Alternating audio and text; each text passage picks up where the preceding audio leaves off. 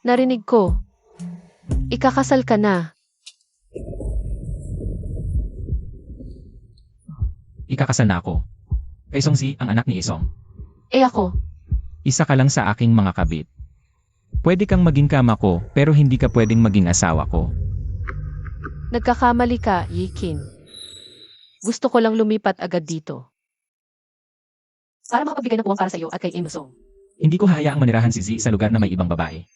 Kung gusto mong umalis, sige. Tiyaking malinis ang paghihiwalay. Ayaw kong may natitirang bakas. Abiso sa lahat, pumunta agad sa emergency room ang mga doktor. Pa sa emergency sa kwarto, 308. Emergency.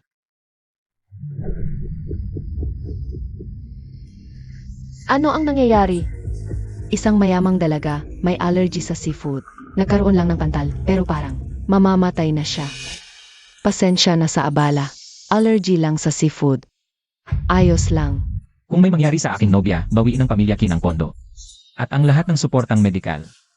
Yishen, huwag mo silang takutin. Ako ang kumain ng seafood, kaya nagka-allergy. Maglalagay lang ako ng gamot. Paalisin mo na muna sila. Mag-iwan lang ng isang babaeng doktor para mag-check sa akin. Kaya, mag-iwan lamang ng isang babaeng doktor para sa amin. Si Wen Z na lang. Wen.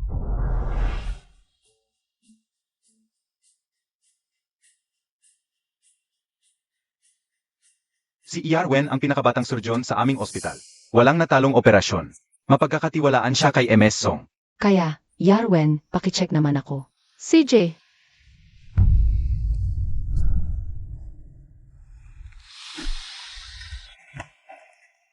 Prenatal form. Baka naman, bantis si Yarwen? nagkakamali ka, Imsong. Ito ay dati ko pa. Isang pasyente ang naiwan. Ah, ganon pala.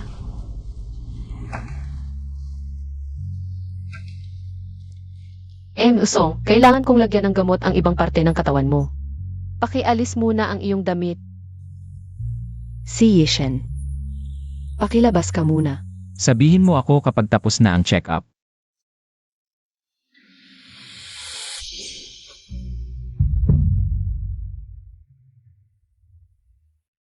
Ah, ano? Ang aking nobyo. Ay medyo maarte. Okay lang. Yarwen, pwede ba kitang tanungin ng mas personal na tanong? Sige po. Anong mga sitwasyon? Ang mas madaling magbuntis ang babae. Pasensya na, hindi rin ako gynecologist. Hindi ko alam ang mga tanong tungkol dito. Sabi ng doktor, polycystic ang katawan ko. Mahirap magbuntis. Pero ang aking nobyo, determinado siyang pakasalan ako. Kaya gusto ko pa rin siyang bigyan ng anak. Bata pa naman kayo, Ginusong, siguradong magkakaroon kayo ng anak.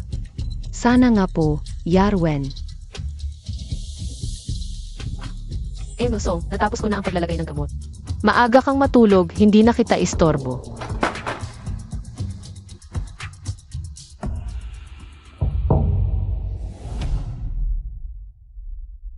May nobya siyang magbibigay sa kanya ng anak. Ano naman ang anak ko?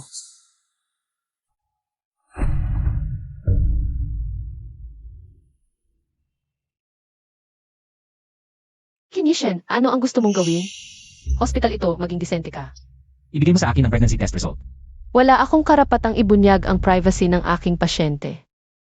Kapag gusto kong malaman ni Kinishen, walang privacy. Ikaw mismo ang magsasabi sa akin o dadalhin kitang magpa-check. Ibalik mo sa akin. Nakita mo na hindi ako ang buntis. Bakit ka kanina kinabahan? Bilang doktor, responsibilidad namin panatilihing lihim ang impormasyon ng pasyente. Buti na lang ginamit ang pangalan ni Seeking noong check-up. Mabuti naman at hindi buntis. Kinyishen. Kung talagang buntis ako, ano ang gagawin mo? Matagal mo na akong kasama, nagtatanong ka pa ng ganoong naive na tanong. Hindi pinapayagan ng illegitimate children sa pamilya namin, Kin. Na, Wenzai, bakit mo na itanong? Ang ganoong naive na tanong. Magpapakasal na siya kay Song Zili. Magkakaroon siya ng legitimate na anak sa hinaharap. Huwag kang mag-alala, James Kin. Kahit mabuntis ako, ipapa-abort ko rin.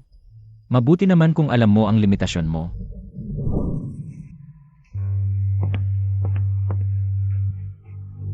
Pinagkatiwalaan kitang alagaan si Atzi.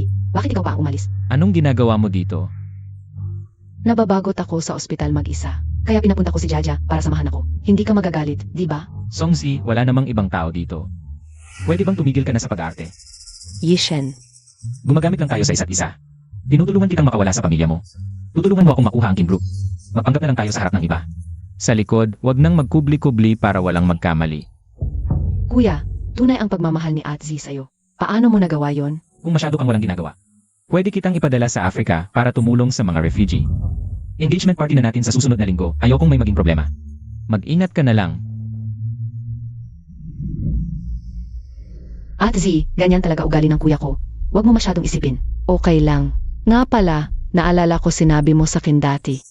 May ex-girlfriend ang kuya mo, doktor. Si Wency, di ba? Bakit? Nagkita na ba kayo? Hindi lang nakita. Mukhang buntis siya sa anak ng kuya mo. Ano? Sasabihin ko to sa kuya ko. Ganitong maliit na bagay bilang asawa niya. Ako na ang bahala. Presidente Qin, umalis na si Miss Wen sa Repulse Bay. Inanggihan din niya ang hiwalay compensation mo. Ang bilis niyang umalis. Presidente Qin, alam kong mahal mo si Miss Wen. Pansamantala lang ang kasal sa pamilya Song. Bakit di mo na lang sabihin kay Miss Wen? Delikado ang labanan sa pamilya. Pagkatapos kong makuha ang mana, ipapaliwanag ko sa kanya. Hindi kita pahahabain ng paghihintay.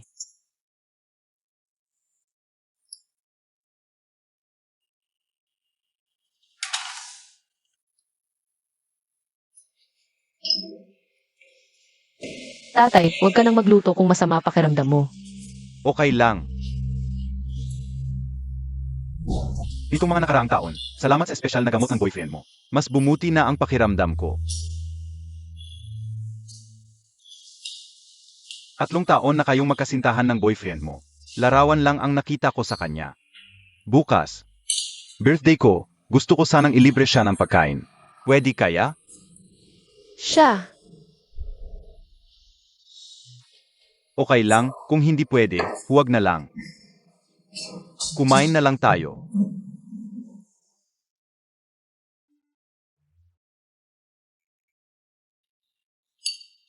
Bakit biglaan dito tayo nagkita? Hindi ako pumunta rito para matulog sa iyo. Bukod sa pagtulog, anong relasyon pa ba ang meron sa atin? Noong 3 taon na ang nakalipas, nagkasakit ang tatay ko. Nagsinungaling ako sa kanya, sinabi kong galing sa boyfriend ko ang gamot.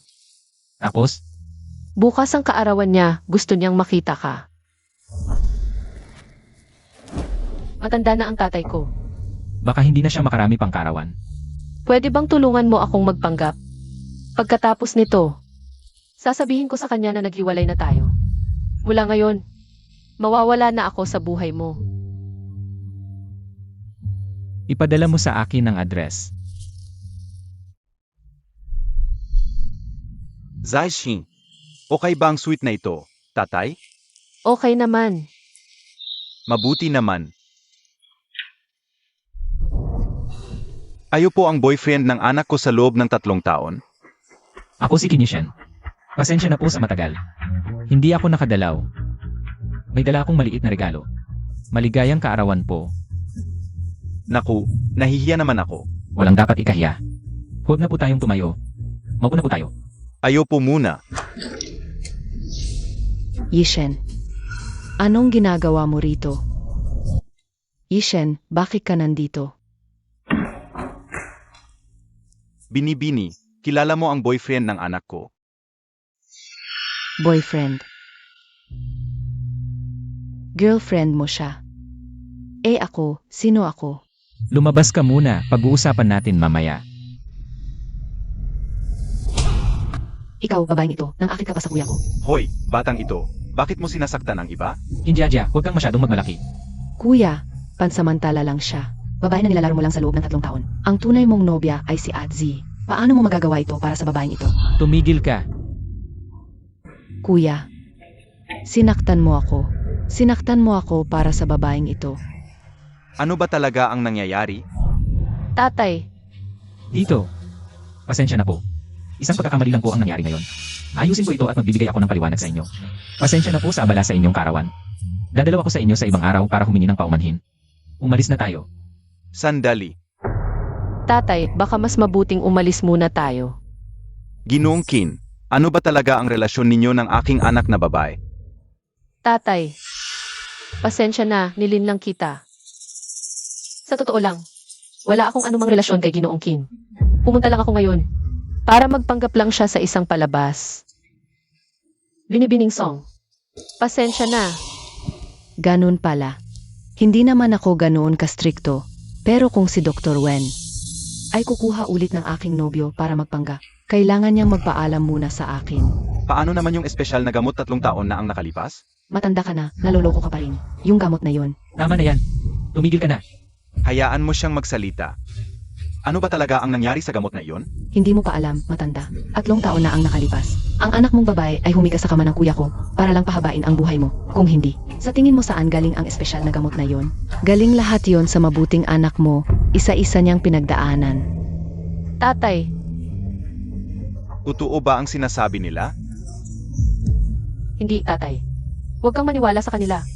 Hindi. Kung hindi ka nahuli, baka naging totoo na ang pagpapanggap. Buti na lang mabait ang hipag ko at hindi pinapansin ang mga ito. Pero ngayon, niloloko pa rin ninyong mag-ama ang kuya ko. Ang kapal talaga ng mukha ninyo. Tatay, Tito, Nakakadiri talaga. tama na yan. Tigilan mo na. Totoo naman, ginawa niya ang masasamang bagay na ito. Natatakot pa siyang pag-usapan. Tito, pasensya na. Sa pagitan ko at ni Wenzi, Ginoong Qin, ako ay isang hamak na matandang tao. Salamat sa inyong kahabag-habag na gamot. Ako ang magbabayad ng hapunang ito.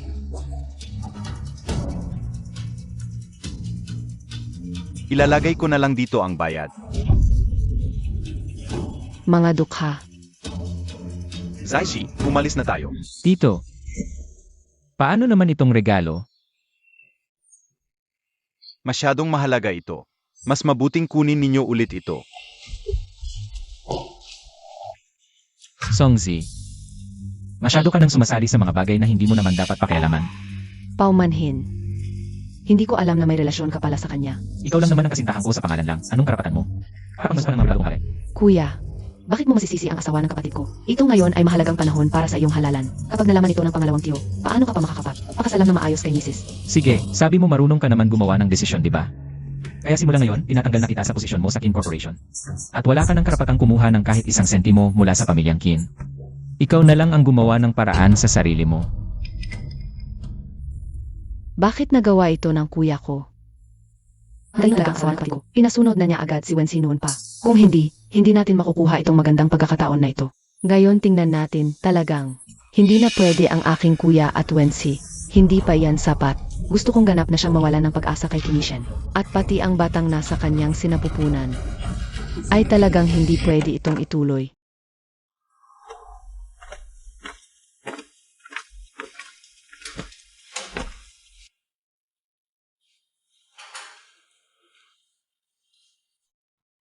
Ako lang ang may kasalanan, anak.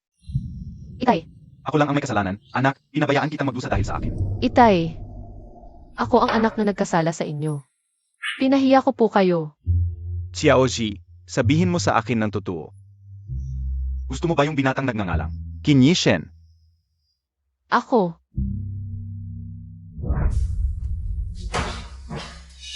Xiaoji, ayos ka lang ba? Itay, ayos lang po ako. Buntis ka na pala. Halika, samahan mo ako sa ospital. Ipalaglag natin itong bata. Itay, pakiusap hayaan mo lang po akong itong bata. Ikakasal na siya sa ibang babae. Kapag iniwan mo itong bata, anong magagawa mo? Itay, hindi niya po alam na buntis ako. Hayaan mo lang po akong anak na makapagmahal minsan.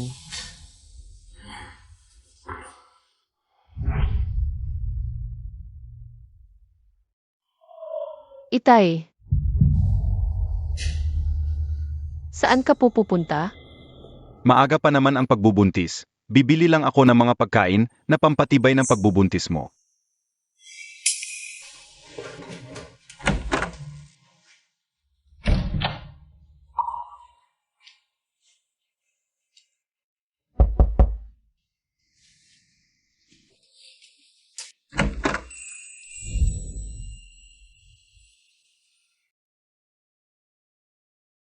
Ikaw pala.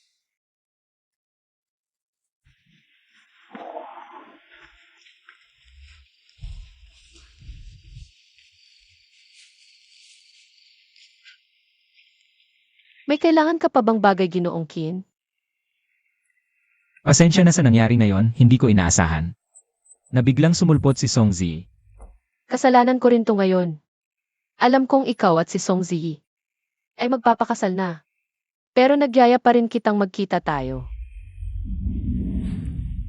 Okay na ba ang tatay mo? Okay na siya. Buti naman. Magpahinga ka na, alis na ako. Kinishen.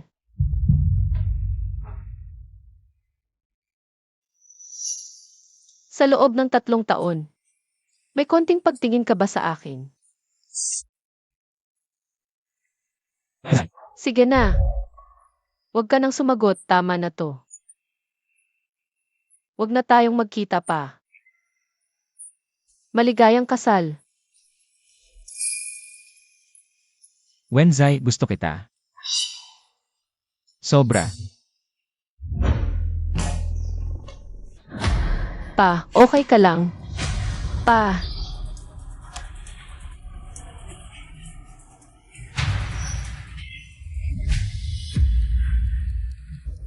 Sino kayo?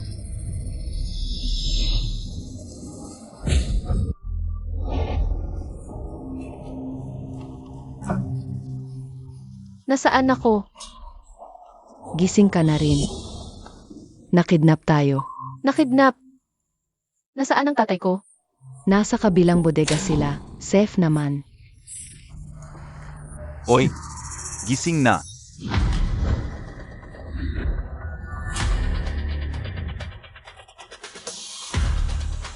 Sino ka? Bakit mo kami kinidnap? Bakit mo kami kinidnap? 3 taon kang naging kabit ng pamangkin ko. Di mo pa kilala ang tiyuhin niya? Tiyuhin ni Kinishen ka. Bakit mo kami kinidnap? Ninakaw ni Kinishen ang mana ko. Kaya papahirapan ko siya. Kayo, kabit at nobya niya. Tingnan natin kung sino ang pipiliin niya. Qin Chenhao. Oy, ang bilis mo. Pwede ko nang ibigay ang East Suburb Project. Palayain mo sila. Walang kwenta ang negosyo. Maglaro tayo. Pumili ka ng isa. Ano? Pumili ng isa. Sa 2 to, isa ang iyong kabit, isa ang iyong pangnobya.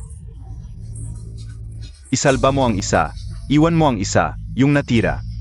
Paparamihin namin. Labag ito sa batas. Tumahimik ka. Ang tiyan ko.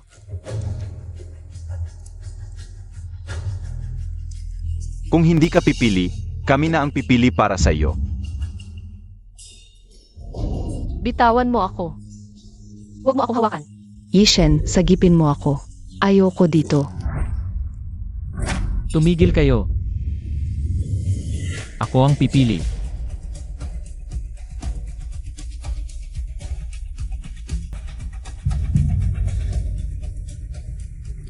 Dadalhin ko si Songzi. Kung una mong isasagip si MS, Wen sa pagitan ng mga Qin at Song, mawawala ang kasal ng 2 pamilya. Baka mawala pa ang posisyon mo bilang tagapagmana. Walang mas mahalaga kaysa sa buhay ni Wenzi. Kaya lalong hindi mo dapat unahing ilabas si MS Wen. Kung ganito, malalaman ng lahat na si MS Wen ang pinakamahalaga sa iyo. Ang mga panganib na haharapin niya sa hinaharap ay hindi lang simpleng pagdukot.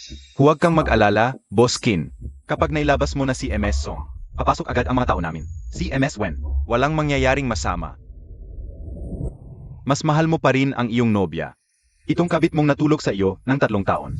Wala kang pakialam. Tama ka. 3 taon na naming nilalaro sa Wanako. Kung gusto mo, kunin mo. Pwede na bang pakawalan?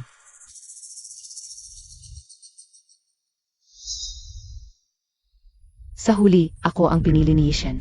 Ikaw, manatili ka dito. Maghintay kang malibang. Ikaw ang nagplano ng lahat ng ito. Hindi ka naman pala masyadong tanga. King Yishen, lahat ng ito ay plano ni Songzi. Huwag kang maniwala sa kanya. Yishen, si Wensi, para may ligtas mo siya. Ano man ang sabihin niya. King Yishen, pek ito. Nagtutulungan sila. Uta ka, tatakas ka pa? Huwag mo siyang gagalawin. Nagsisisi ka na? Gusto mong sagipin ang kabit mo? Natatakot lang akong madumihan ang sapatos mo, Tito. King Yishen, ikaw, Wensi, hindi ba tinanong mo ako dati kung gusto kita? Sasabihin ko na ngayon. Para sa akin, mura ka lang na laruan. Pagdating sa pag-ibig, hindi ka karapat-dapat. King Yishen, pakiusap, iligtas mo muna ako. Umalis ako. Yishen, nahihilo ako. Pwede ba tayong umalis na dito? Natatakot ako. King Yishen, pakiusap, iligtas mo muna ako. Hindi nila sasaktan si Songzi. Pakiusap, iligtas mo muna ako. Yishen, sumasakit ulo ko. Pwede ba tayong umalis na?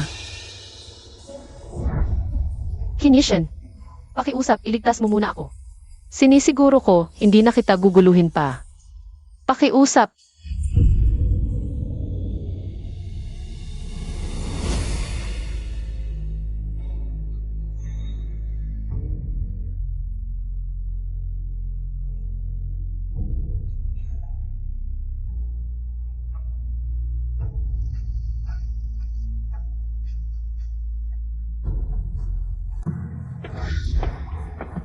Ay, bakit may dugo? Buntis ka pala? Suklam. Anong gagawin natin ngayon?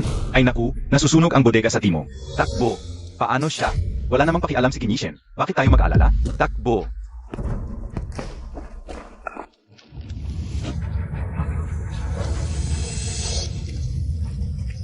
Ashin.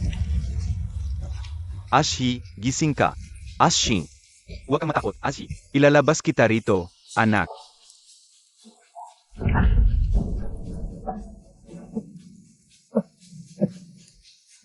Zaishin.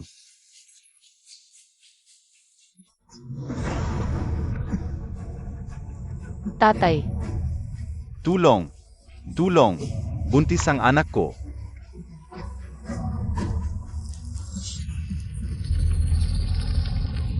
tatay, umilag ka.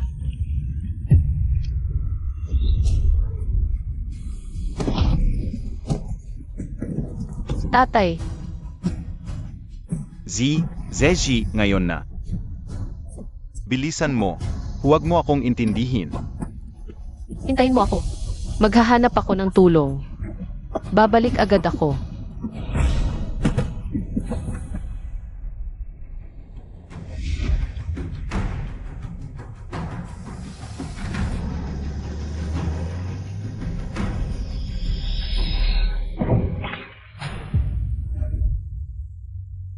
Bumaba ka tumulong. Al, bilisan mo.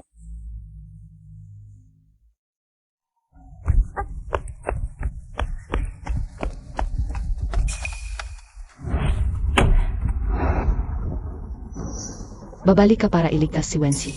Bitawan mo ako. Huli na.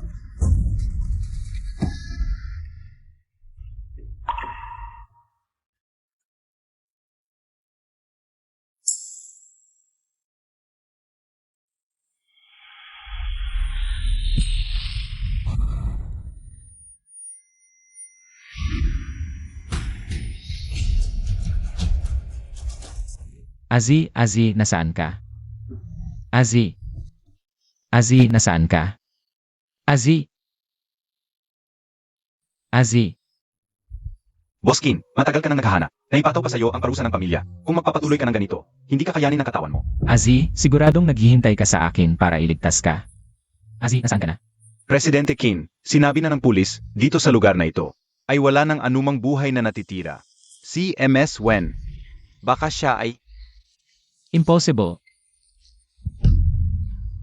Azzy, siguradong buhay pa siya. Naghihintay pa si Azzy na iligtas ko siya. Hanapin niyo siya. Patay na si Wensi.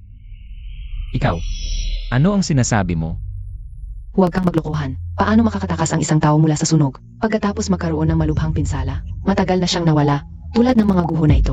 Nasunog na siya hanggang sa maging abo. Impossible, impossible. Buhay pa si Azzy. Naghihintay pa siya na iligtas ko siya. Paano naging impossible? Qin Yishen, huwag mong kakalimutan, ikaw mismo ang nagpabaya sa kanya. Presidente Qin.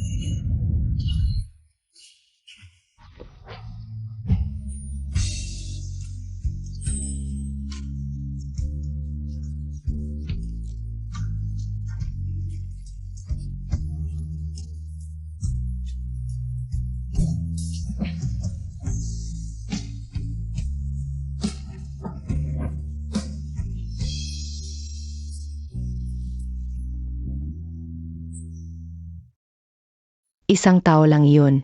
Sa huli, makakalimutan mo rin siya.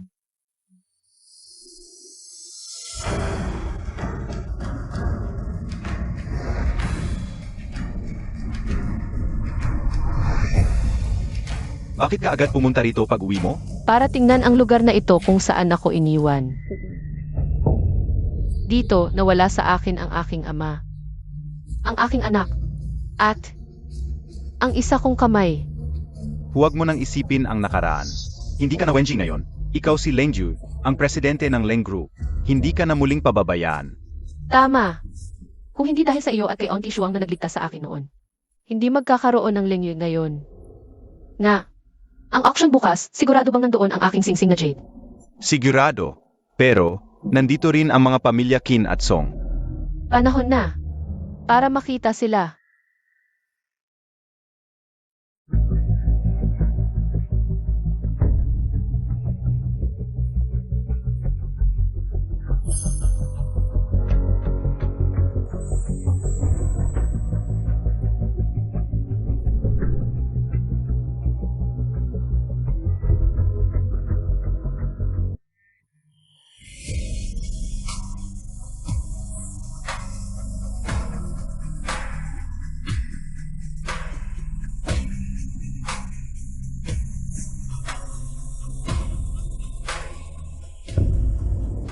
Presidente Qin. 3 taon na, tuwing naalala mo si MS Wen, dito ka pupunta. Si MS Wen. Siguradong buhay pa siya. May charity action ka bukas. Mas mabuting umuwi ka na ng maaga.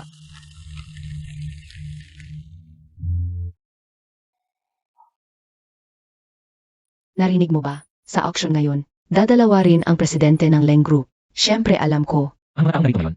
marahil ay para sa kanya lang. Kung makakonek ka lang ako sa sileng na ito, ang buong taon kong performance, siguradong matatapos na. Hindi ko lang alam kung lalaki o babae itong sileng na ito. Ano ba ang buong pangalan niya? Mamaya, dapat kong makilala siya ng mabuti. Ganoon ba kagaling itong sileng, Daddy? Ilang beses na siyang inimbita ng kuya ko, palagi siyang umiwas. Ang pamilya Leng ay isa sa mga top tier na mayayaman sa Hong Kong. At tulad lang ng inyong pamilya Qin. Pero nitong mga nakaraang taon, ang Leng Group, palaging tumututok sa aming Song Group. Parang may galit sa akin. Huwag kang mag-alala, Day. Pagdating ng sileng, magpapakilala lang tayo, tapos na. Nalaman ko na, ang sileng ay pumunta rito. Para sa isang jedring, mamaya, ibili ko ang singsing na ito at ipagkakaloob sa kanya. Baka sakaling matulungan pa si Shen na makakonekta sa pamilya Leng sa oras na yon. Baka sakaling pakasalan ka na ng kuya ko. Ay naku, alam mong tinutukso mo lang ako.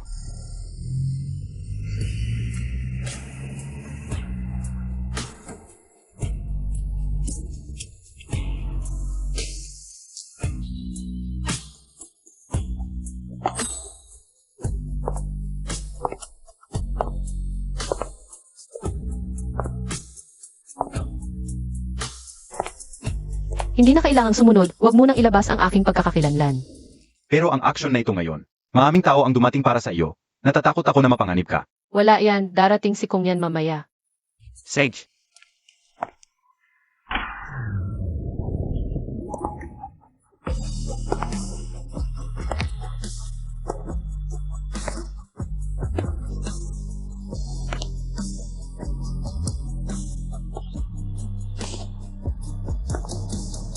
Kaninong anak ba ito? Napakaganda. Nga, ang ganda talaga.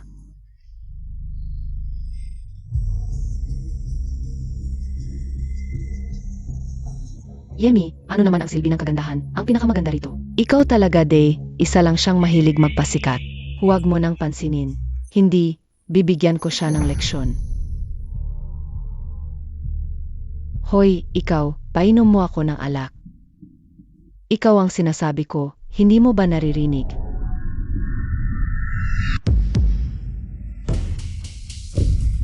Wensi, May kailangan ka ba?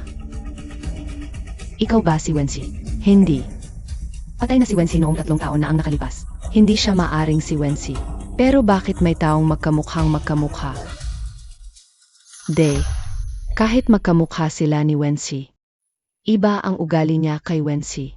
Hindi siya siguro si Wensi. Tama, hindi siya maaring si Wensi. Pasensya na, nagkamali lang kami ng pagkakilala kanina. Ganoon ba, sa susunod, tignan ninyo ng mabuti. Baka kung sino-sino na lang ang lalapitan ninyo, mukhang walang pinag-aralan. Anong ugali mo yan? Alam mo ba kung sino kami? Ako si Kin Jia. Ang kuya ko ay si Kinishan, ang presidente ng Kin Group. Ito naman ay ang kapatid ng kuya ko, ang babaeng ikakasal na 3 taon nang nakikipag-ugnayan. Ang anak na babae ng Song Group na si Song Zi. Bihira lang ang 3 taon nang nakikipag-ugnayan, ngunit hindi pa rin ikinakasal. Ikaw, Abala kasi sa trabaho ang kuya ko, walang oras para magpakasal. sino ka ba para dito ka magsalita ng ganyan? Nakasuot ka pa ng magagarang damit, baka naman dito ka lang para humuli ng lalaki. Wala pa namang karapat-dapat sa paningin ko dito. Ang yabang mo, alam mo ba kung ano ang mangyayari ngayon? Darating si Boss Leng ng Leng Group. Huwag kang magpakapalit sa akin. Boss Leng. Kaya pala nandito kayo para sumipsip kay Boss Leng. Ikaw, Sage na, Jia.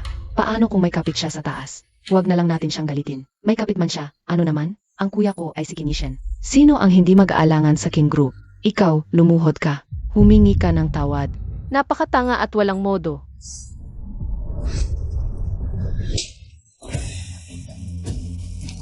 Yan ba ang anak na babae ng pamilya Kin? Bakit bigla siyang sinampal? Hinampas niya si Miss Kin. Nagalik siya sa pamilya Kin. Malamang malaking problema na yan. Ikaw na babae, hinampasan mo ako. Ito na lang para sa kuya mo, tinuruan kita. Sa susunod, huwag ka nang magpadalos-dalos. Ang miyembro ng pamilya Qin, kailan pa naging responsibilidad ng iba ang turuan?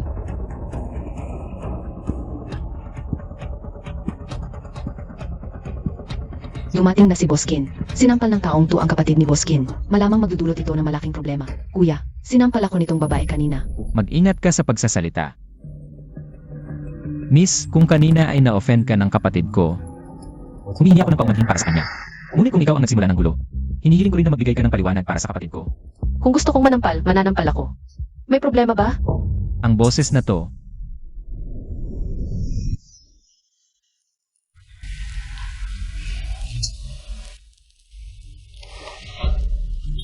tatlong taon na hinahanap-hanap kita, ako. Hindi ako si Wensi. Ano? Kuya, hindi siya si Wensi. Kanina, humingi na rin ako ng tawad sa ate. Pero hindi talaga siya si Wensi. Baka kamukha lang siya. Impossible. Siya talaga si Wensi. Ikaw, inaakusahan mo ba ako? Sabi ko na hindi ako si Wensi, nagkakamali ka lang. Sino ba si Wenji? Bakit ganito ang reaksyon ni Boskin? 3 taon na ang nakalipas, may kasintahan si Boskin na nagngangalang Wensi. Nawala siya sa isang kidnapping incident. Simula noon, hinahanap-hanap siya ni Boskin. Hindi ba? Kaya hindi pa ako nagpapakasal sa anak ng pamilya Song. Dahil ba sa inaalala mo itong si Wensi? Kung gusto mo, Skin na maghanap ng hustisya para sa kapatid mo. Handang-handa ako, pero kung wala namang ibang bagay, aalis muna ako. Hindi ba't mayroon kang kapansin-pansing marka dito dati? Bakit wala na ito ngayon? Nababaliw na ba itong tao? Naglakas loob pang manuntok kay Emar Kin. Sinuntok mo ang kuya ko. Nababaliw ka na ba? Ganito ba talaga kayong magkakapatid sa pamilya Kin? Walang pinag-aralan? Yung babaeng kapatid, basta-basta na lang naninita ng walang dahilan. Tapos yung kuya, bastos at hindi makilala ang tao. Babaeng ito, naniniwala ka ba na puputulin ko ang iyong labi? Paumanhin, binibini, nagkamali ako kanina. Magsorry ka sa binibining ito. Kuya. Magsorry ka. Paumanhin po. Nagkamali kami ng pagkakilala. Humihingi ako ng paumanhin para sa kapatid ko. Talaga bang hindi ikaw? Punong lawan ng pamilyang masaya, Panimulang tawad, 1,000,000. 2,000,000. Hoy, bakit hindi ka sumasali sa pagtawad? Wala akong interes. Mga dukha. Nagpapanggap pa. Ngayon, para sa panghuling at pinakamahalagang bagay sa pagsubasta. Nais kong ipakilala ito sa inyong lahat. Ito ay isang singsing na Jedi na dala ng Countess ng U-Country. Panimulang tawad, 5,000,000. Ito ang pinakagusto ni President Leng. Kapag nakuha ko ito at ibinigay kay President Leng, hindi na kami pipigilan ng Pamilya Song. 6,000,000. Ang binibining ito ay nagtawad ng 6,000,000, tumaas ng 1,000,000 kaagad. Mukhang determinado talaga ang binibining ito. Sides, 6,000,000, isang beses. 6,000,000, 2 beses. 10,000,000.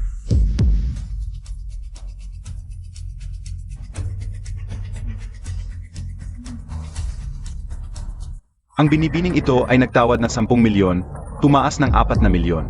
Napakahalaga sa akin na singsing na ito. Kung hindi mo naman ito gaanong gusto, huwag mo nang itaas pa ang presyo. Swak na swak. Gusto ko rin ito. Kahit gusto mo, dapat mong timbangin ang iyong katayuan. Hindi ito basta-basta sinasabi. At saka, ang singsing na ito ay aming kukunin para kay President Leng. Mas mabuti pang huwag kang makialam. Ibig mong ibigay kay Cold Boss. Ano? Baka hindi mo kilala ang pangalan ni Cold Boss. Kahit wala siya ngayon sa event, hindi mo pa rin siya. Mapapasukan ng mga taong katulad mo. Kung ganon, mas lalo akong dapat mag-bid. Tingnan natin kung magkano ang halaga ng puso ni Emil Song. 1,000,000, unang tawag. 15,000,000. Ang singsing na to, 1,000,000 lang ang halaga. Okay lang, mas mahalaga ang puso para kay Cold Boss. 50,000,000. Naku, 50,000,000 na agad. 50,000,000 na. Baliw ka ba? Ganyan ka magtaas ng presyo. Gusto ko lang tanggalin ang ilang mahihirap. Ang gusto ko, kahit magkano ang gastos, kukunin ko. 50,000,000, unang tawag. Mukhang hindi gaanong seryoso si Il Song. 100,000,000. Tama ba ang narinig ko? 100,000,000 para sa item na to? Grabe, nakakagulat talaga. Baliw ka ba? Alam mo ba ang kalagayan ng pamilya ninyong Song? Wala ka bang alam? Okay lang. Sasabay ka pa ba? Hindi na. Ano? Salamat sa kontribusyon ni Emil Song sa mahihirap na lugar. 100,000,000 para sa isang singsing. Ipaubayan na natin kay Emil Song ang mabuting gawain ito. Niloloko mo kami. Ikaw ang sinadyang nagtaas ng presyo kanina. Hindi ka naman masyadong tanga. Sold. MS Song, ayon sa patakaran, kapag nabid na ang item, kailangang bayaran agad. Tingnan natin dito sa ating side. Emil Song bilang fiance ni Emil Kin. Hindi ba kayang magbayad ng 100,000,000? Anong sinasabi mo? Ang asawa ko ay anak ng Song Group. 100,000,000 lang yan. Alang problema.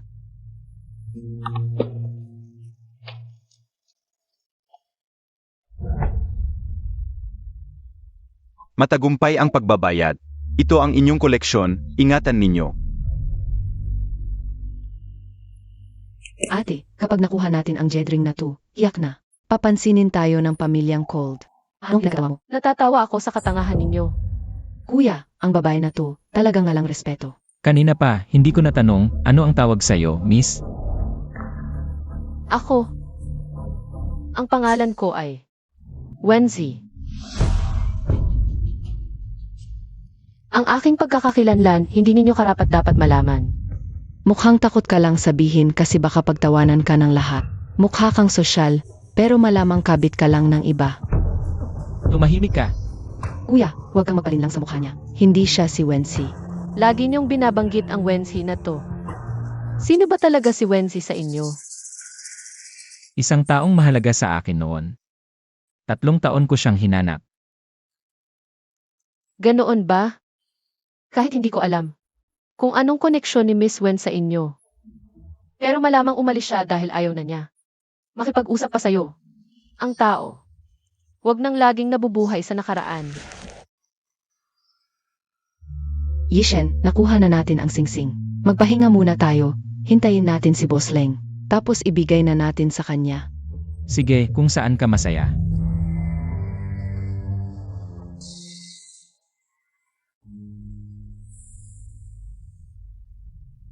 Tatlong taon na. Akala ko makayanan ko nang harapin si Qin Yishen. Pero hindi pala, may kerot pa rin.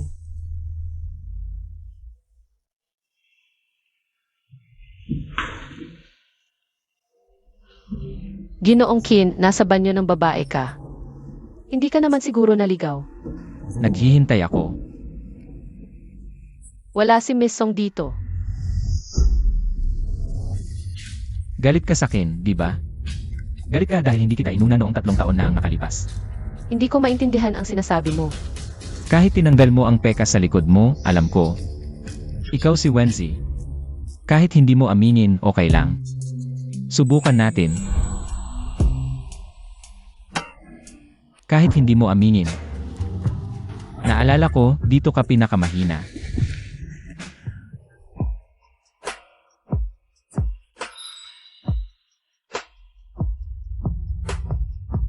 Kikiliti yan.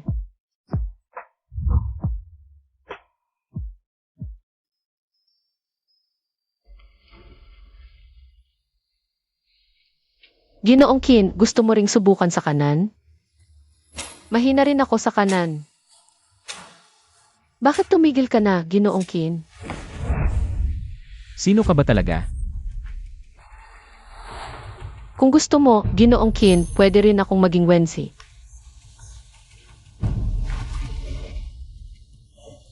Paumanhin.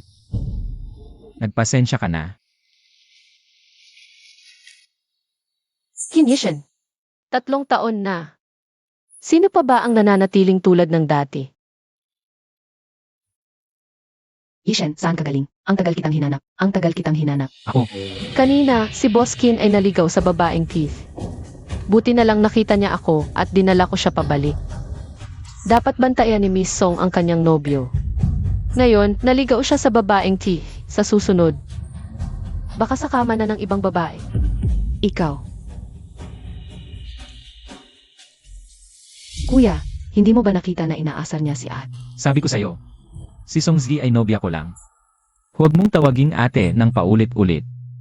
Pero hindi ba't magpapakasal din kayo? Pag naayos na ang problema ng Song, tatanggalin ko ang kasunduan. Dahil ba sa kanya? Dahil ba mukha siyang katulad? Ang dating kasintahan mo, kaya gusto mong makipaghiwalay? Wala itong kinalaman sa iba. Hindi lang kita mahal. Galit lang ang kuya ko, kasalanan ng babaeng yun. Kasalanan niyang mukhang katulad ni Wenzi. Gusto niyang akitin ang kuya ko. Kahit sino man yan. Hindi nila maagaw si Ishan sa akin.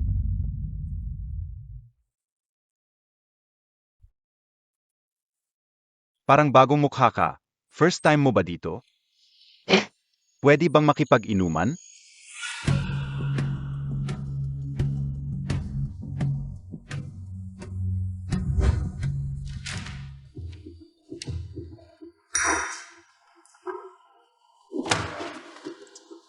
Pasensya, hindi ko sinasadya.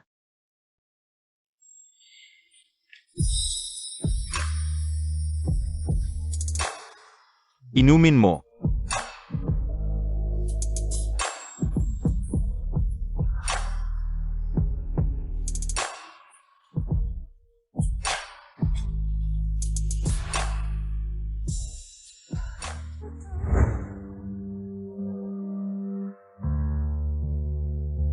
Kaliwa ang gamit mo? Nasugatan ang kanang kamay ko noong bata, mahina na. Paano nasugatan ang kanang kamay mo?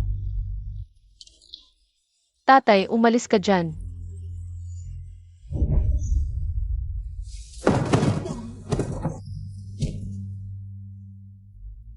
Personal yan. Lumakas ka na, Ginoong Kin. Sa sunog ba? Kuya, anong ginagawa mo? Sasabihin mo ba kung paano? Mukhang gusto pa ring hanapin ni Ginoong Kin. Ang bakas ng dati. Anong problema kung nasugatan noong bata? Kung interesado ka sa kwento ng pagkabata ko, pwede tayong lumipat at mag-usap ng maayos. Hinahalot mo ang kuya ko sa harap ng nobya niya. Kaya pala ala ang kasama mo. Ganyan pala ang balak mo. Ang galing ng imagination mo, sayang sa short drama. Huwag kang magpangga. Ang tagal na, wala pa rin ang kasama mo. Hindi pa siya dumarating. Sino ba talaga ang kasama mo? Sige, sabihin ko na sa inyo. Ang pangalan niya ay Xikong Yan. Si Kong Yan. Siya ang nag-isang anak ng chairman ng Leng Group. Paano siya magiging date niya? Nakita ko na si Chairman Si ng ilang beses. Hindi siya nagdadala ng date sa mga events. Narinig mo ba? Nagsisinungaling ka ng walang paghahanda. Hindi ka karapat dapat kay Chairman Si. Ano ang relasyon mo kay Si Kong Yan? Kuya, nagsisinungaling lang siya. Malamang hindi niya nakita si Chairman Si. Kahit minsan.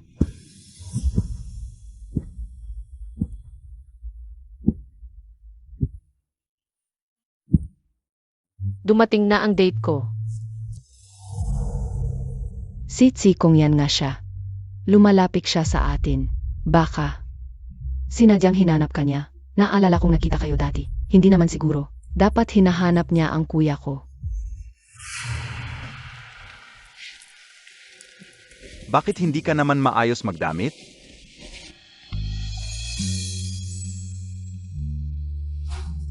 Bakit ang tagal mo? Matrapik kasi.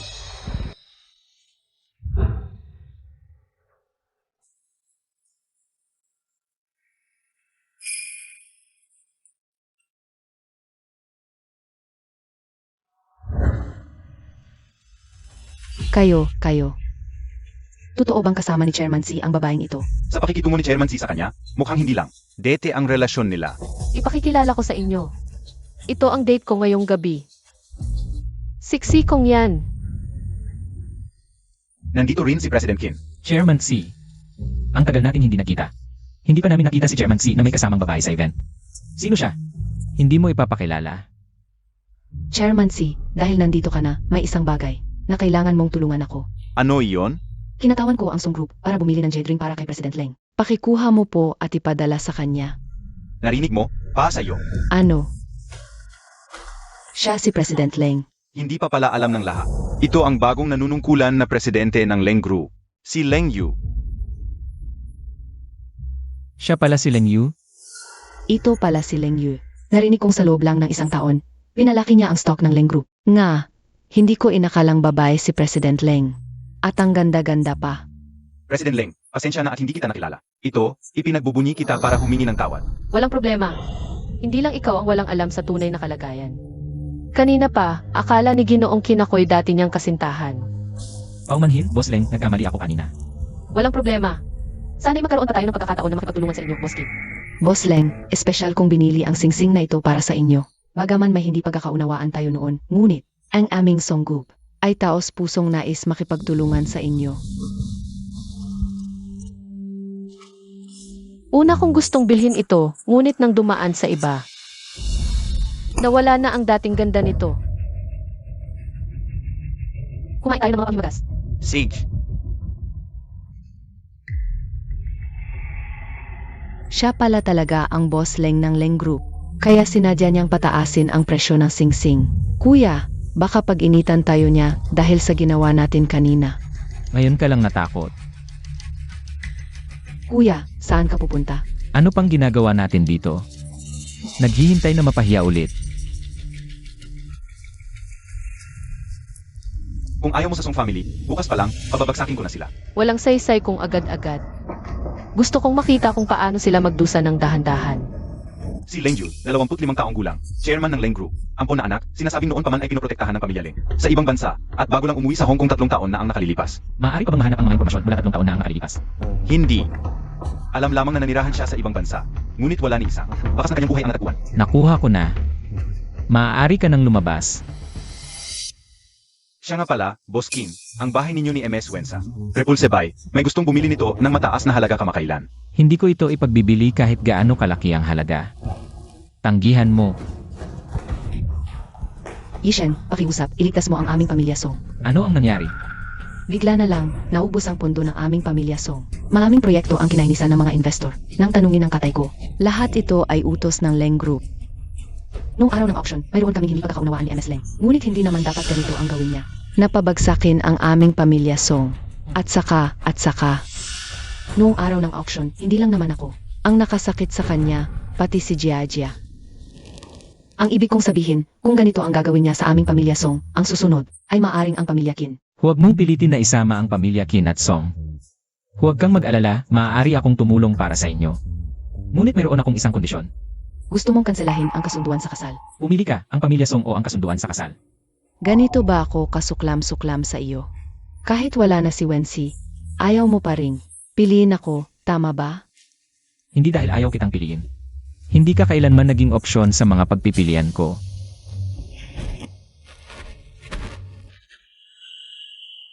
Mag-set ka ng meeting kay President Leng mamayang gabi.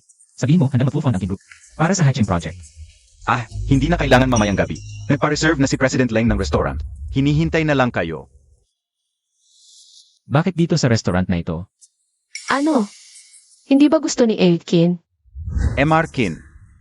Mababa ang estado ko sa buhay, isang matandang walang kwenta. Salamat sa binigay mong gamot, kahit awa lang. Wala. Pag-usapan na lang natin ang tungkol sa hatching project. Handa mag-full fund ako. Pero sana'y mahabag kayo, Miss Leng, at patawarin niyo ang pamilya Song. Para pala sa nobya mo. Nagmamakaawa ka. Mukhang mahal na mahal mo si Miss Song, Jimmy Kin. Ang pakay mo ba sa pag-aya sa akin ay ang hatching project? Siyempre, hindi. Gusto kong samahan mo akong tumingin ng bahay, Jimmy Kin. Tumitingin ng bahay.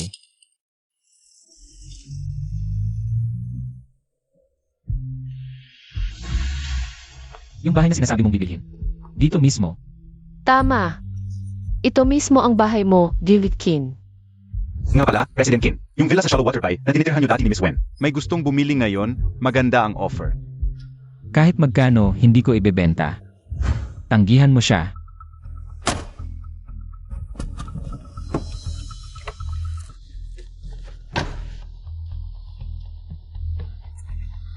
Ikaw pala yung gustong bumili. Gusto ko talaga ang bahay na ito, Jimmy Kin. Magkano ba? Pasensya na, Miss Leng. Hindi ko ito ibebenta. Kung ang gusto mo, Miss Leng, ay yung layout ng bahay na ito. Kaya pa akong Morris. Ito ang gusto ko. Baka ma-disappoint ka, Miss Leng. Bahay lang naman ito, pero sobrang pinahalagahan mo, Jimmy Kin. Baka may tinatago kang babae dito. Wala kang pakialam doon, Miss Leng. Pwede rin hindi ibenta.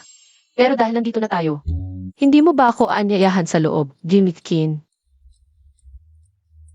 Tuloy ka, Miss Leng. Ganito pa rin pala itsura nito mula 3 taon na ang nakalipas. Miss Leng, ano ang gusto mong inumin? Kape, salamat. CJ.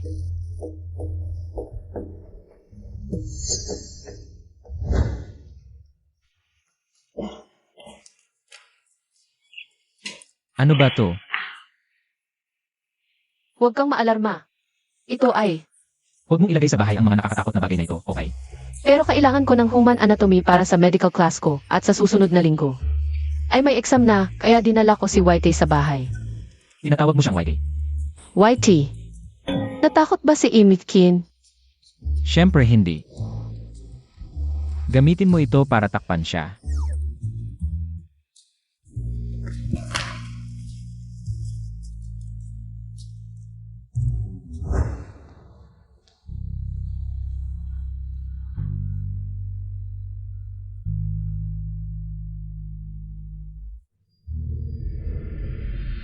Huwag hawakan. Pasensya na, Inaleng. Mahal na mahal ko si YK. Ayoko nang hinahawakan siya ng iba. Naiintindihan ko. Leng, magsabi na tayo ng diretsyo. Ano ba talaga ang kailangan mo para pakawalan ang Song family? Gusto ko ang bahay na ito o kaya. O kaya ano?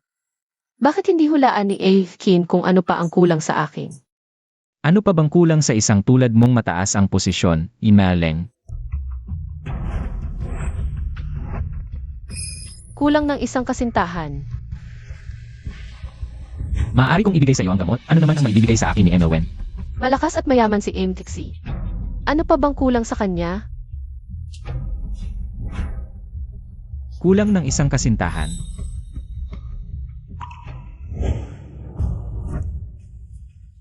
Sino ka talaga? Sino ang gusto mong ako ay, Kin? Maintindihan ko kung nagkataon lang na binili mo ang bahay na ito. Pero pareho ang sinabi mo, parang masyadong sinadya. Leng, ano ba talaga ang balak mo sa lahat ng paghahanda mo? Nagkagusto ako sa iyo nang una kitang makita, Kin. Mukha ka lang niya. Huwag mong isipin na malalapitan mo ako sa ganyang paraan. Leng, ipapalinis ko ang bahay na ito sa loob ng 2 araw. At ibibigay sa'yo. Gayon din, Leng, sana pakawalan mo na ang Song family. Hindi ka ba natatakot na ma-expose ang tunay mong pagkatao? Kung ganyan ka kabilis at maingay na lilipad dito. Si Wensi ay mahinhin at dalisay.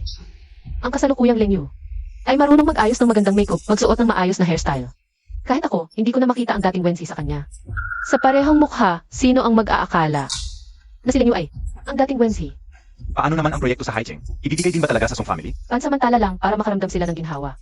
Kailangan ng tamang kompromiso para ma-relax ang kalaban. Kasama na ba roon ang paglapit kay Kinishen? Gusto kong makita mismo ni Songzi. Ang lalaking pinaghirapan niyang makuha noon.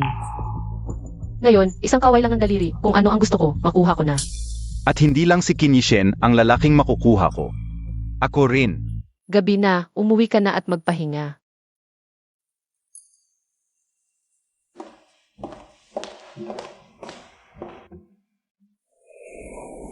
Yishen, Director Leng, darating ba talaga siya ngayon? Ang proyekto sa Haicheng ay pinagsamang pamumuhunan ng pamilyang Qin, Leng at Song. Walang dahilan para hindi siya pumunta. Pero late na siya ng kalahating oras. Baka dapat simulan na natin. Ganyan lang ba ang pasensya ni Yen Song?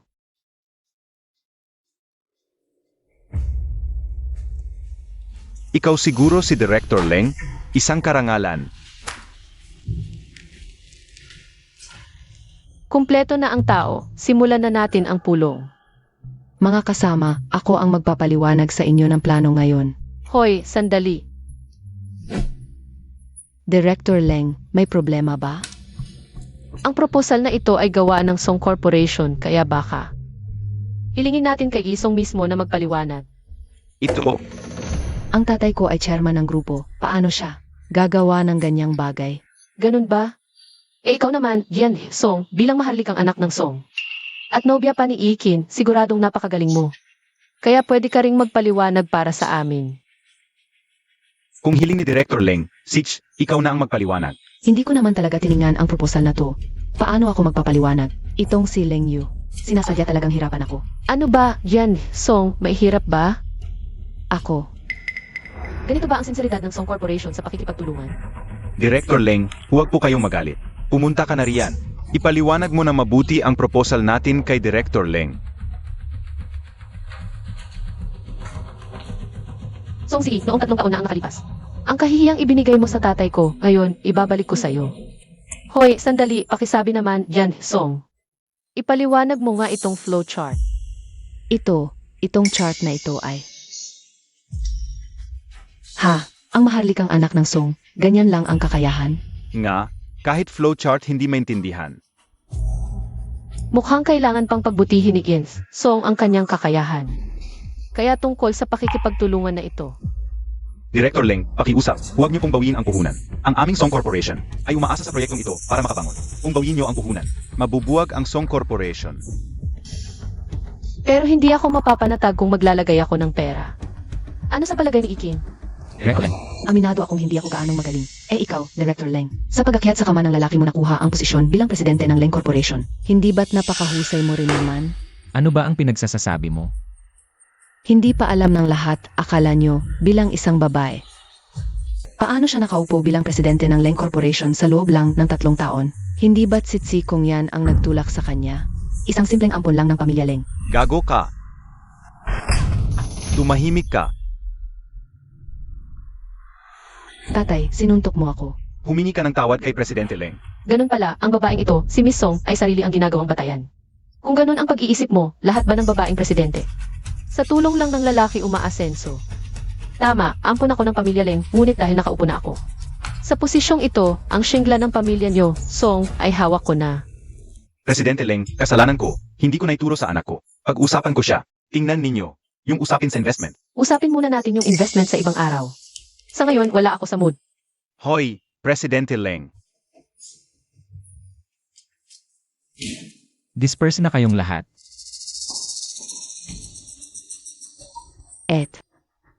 Anong nangyari? Sino ang nanakit sa'yo? Yung babaeng yun, si Leng Yu. Sinadya niyang ipahiya ako. Parang may galit. Sa'yo yung si Leng Yu na to. Baka nga siya talaga ang... Sinadya mo ba yun na yun? Ano? Naawa ka? Gusto ko lang magpatuloy ng maayos ang proyekto. Kung papayag ka lang, maging kasintahan kita. Hindi ko napapahirapan ang pamilya Song. Binigyan na kita ng villa sa Canshui Bay. Huwag kang magpakalabis. Laging mapag-imbot ang tao. Ginoo Kin, sa mukha kong ito. Matitiis mo bang tanggihan ako?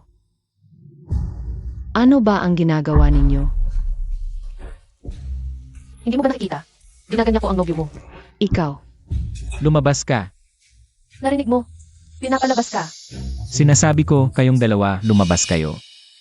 Sige, Ginoo Kin. Magkita na lang tayo sa susunod.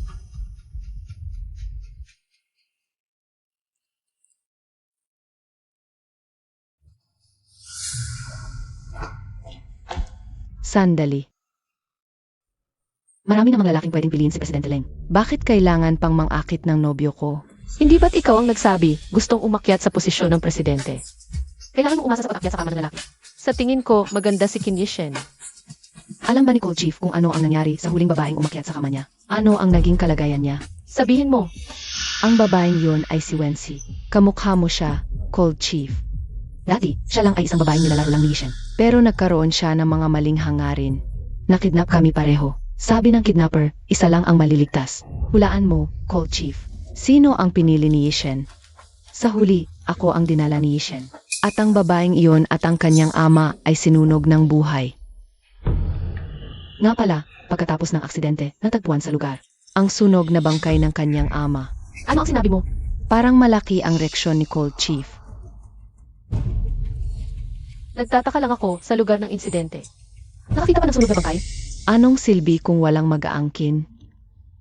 Mabait ang mga residente. Inilibing siya sa labas ng bodega. Kung interesado ka, Cold Chief, maaari kitang dalhin. Para mag-alay.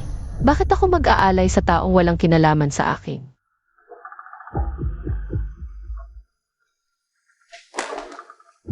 Manang, paano kung siya talaga si Wengi? Kung gayon, haan mo siyang mamatay muli.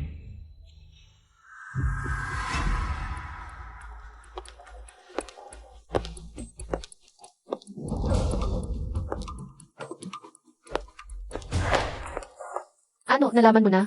Libingan ba ng tatay ko? Sa likod ng bodega, may libingan nga. Tiyak na si Papa. Kaya pala hindi ko siya nakita noon. Ang kanyang bangkay. Pupuntahan ko siya ngayon. Kumalma ka. Sinadya ni Sungzi na ibunyag sa iyo ang balita. Para mahuli ka sa iyong sariling bitag. Noon, isinakripisyo ng tatay ko ang buhay niya para iligtas ako sa apoy. Ngayon, ang kanyang bangkay ay basta na lang inilibing sa labas. Parang multo, walang tahanan. Paano ako kikilos ng mahinahon?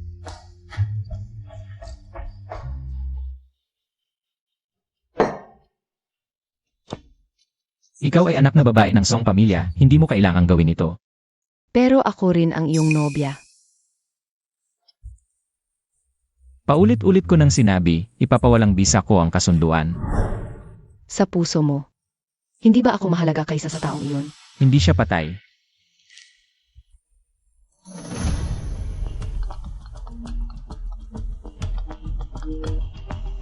Miss Song, may pumunta sa bodega. Wenzi, ikaw nga, nakilala mo ba siya? Malayo kami, hindi namin nakilala. Walang kwenta. Pupuntahan ko mismo yan. Tao ka ba o multo?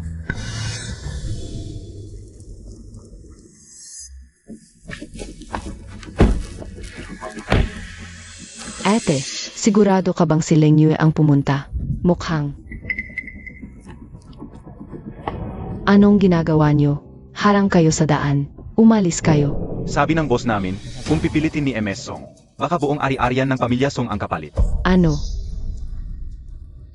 Eti, tuloy pa ba ako? Hindi na. Kaya, talaga bang pumunta sa sementeryo si Leng Yu? Galing sa pamilya Leng na Hong Kong. Kahit hindi ko nakita mismo si Leng Yu. Sapat ngayon para patunayan na si Leng Yu nga si Wency. Kaya, talagang tatay ni Wency ang nakalibing doon. Hindi. Kuya mong si Kim Tian Hao. Ano? Kuya ko. Ate, ibig sabihin, pinapunta mo. Si Wency para mag-alay sa pumatay sa tatay niya. Ginawa ko yon para malaman ang totoo niyang pagkatao. Dinukot lang namin siya noon. Di namin alam na magkakasunog. Maghihiganti kaya siya. Si Leng Yue yan. May kapangyarihan. Pat kuya ko, iginagalang siya. Baka dapat tumigil na tayo. Basta di niya guluhin kuya ko. At di ka makialam, okay lang. Huwag mong sasabihin sa kuya mo. Ako na ang bahala.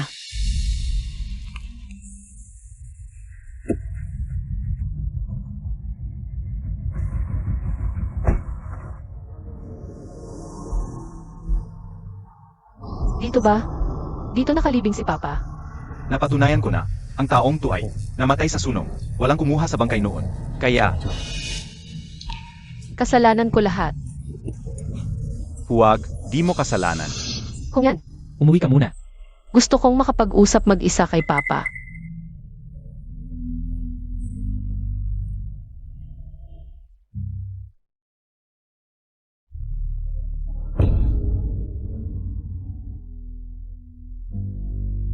Paumanhin, anak mo walang utang na loob. Ngayon lang nakadalaw. Boss G, may ibang sasakyang paparito. Alis tayo. Samahan mo akong ilayo siya. Ang pagkakadukot noon. Plano ni Song Ziyi. Paparusahan ko siya. Papa, ito ang paborito mong kakanin, ang osmanthus cake. Dinala ko para sa iyo.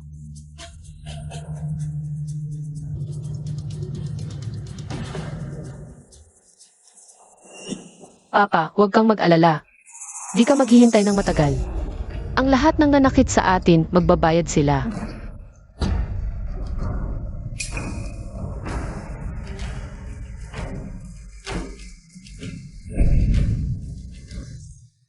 Ganaw, Hyungkin. Pagkita natin dito ay dagat sa pagkataon. Ang pagkikita natin sa ibabaw ng puntod, hindi naman masasabing pagkakataon, Yene, Leng. Ang nakalibing dito ay ang iyong ama, di ba? Hindi.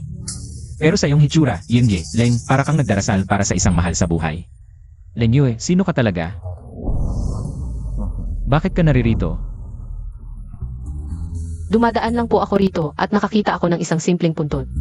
Naalala ko ang aking yumaong ama kaya medyo naging emosyonal. Kahit ito ba ay pakikialaman pa ng Ginoong Qin? Alam mo ba kung sino ang nakalibing dito? Siguro isang pulubi sa paligid. Mali. Sino nga? 3 taon na ang nakalilipas, may naganap na kidnapping sa lugar na ito. Ang nakalibing dito ay ang pangunahing salarin sa kasong iyon, ang aking tiyuhin. Qin Tianhao. Songzi. Maliit na nga ang tingin ko sa'yo. Dahil sa kalubhaan ng kanyang mga kasalanan noon, hindi kinuha ng pamilya Qin ang kanyang bangkay. Kaya mabilis lang siyang inilibing dito. Ganoon ba? Para sa isang tulad niya, ang pagkakaroon ng isang simpleng puntod ay sobrang biyaya na para sa kanya. Maaga na, ihahatid na kita pabalik. Hindi na kailangan. May susundo sa akin. Kung gusto mo ang lupang ito, ipapabit ko na lang. Hindi mo na kailangang pumunta rito sa gabi. Kung gayon, Ginoong Qin, mauna na po kami.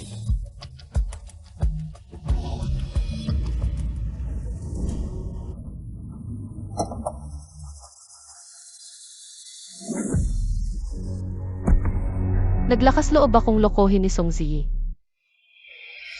Kaya dapat siyang magbayad para rito. Iniutos ng Leng Corporation na i-boycott tayo ng buong industriya. Ito ay para talagang itulak ang Song Corporation sa bangin. Atay,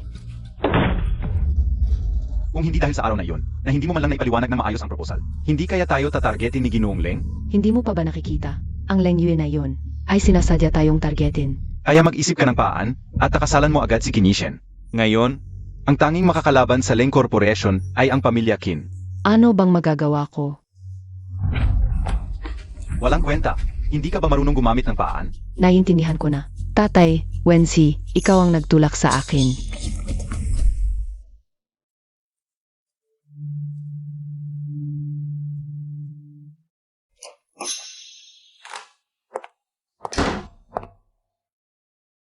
Anong ginagawa mo rito?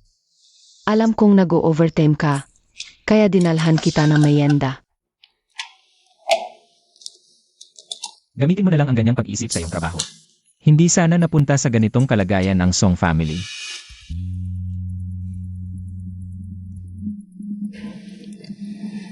Yishen, bago ang pabango ko ngayon, amuyin mo.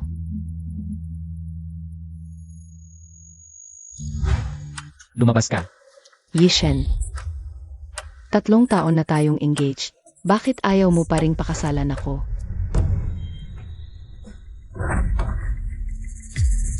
Nilagyan mo ng gamot ang pabango.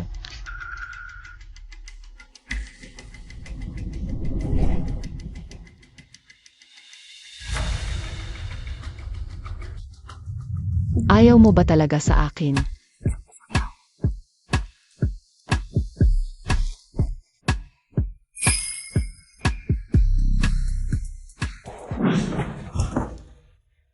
Songzi, hindi ka ba nandidiri sa ginagawa mo?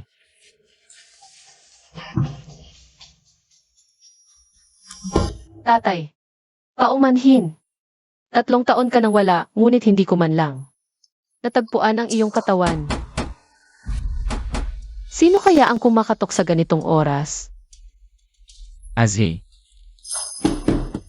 buksan mo.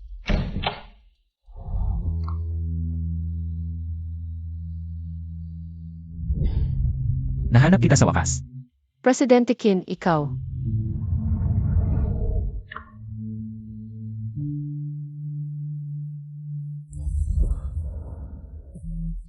Galit ka ba sa akin? Paumanhin, Azhi. Noong 3 taon na nakalipas, dapat sana'y iniligtas kita. Sa loob ng 3 taong ito, ako ay nabubuhay sa pagsisisi araw-araw, Azhi. Paumanhin, Azhi. Azhi, noong 3 taon na nakalipas, tinanong mo ako kung nagustuhan kita. Ngayon, sasabihin ko sa'yo. Nagkakamali ka. Ako si Leng Yu. Paumanhin, Miss Leng. Nadroga ako. Lumayo ka sa akin. Bahay ko ito. Saan ako pupunta? Paumanhin sa pagiging bastos. Aalis na ako.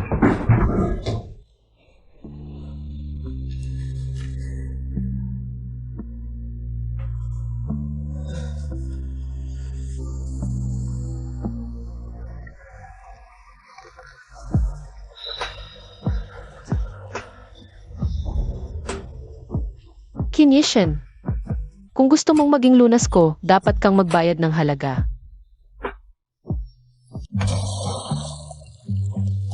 Ang init.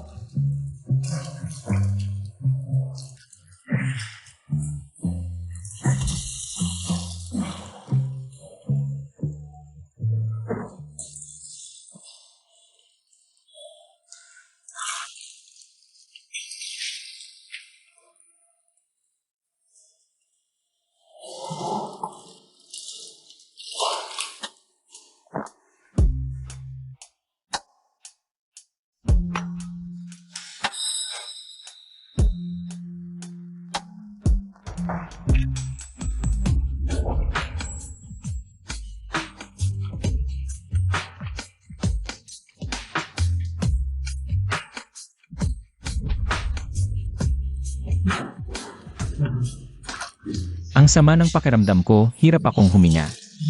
Tulungan mo ako, Azhi.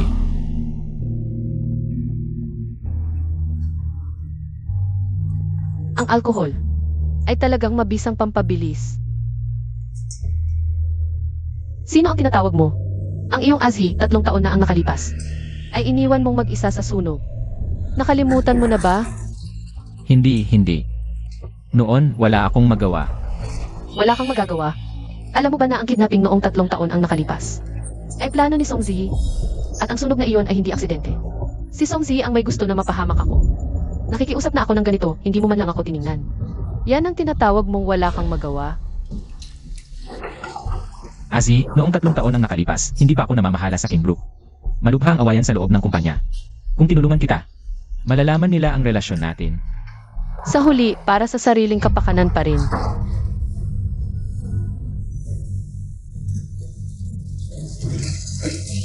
Natauhan na. Huwag mo akong iwan.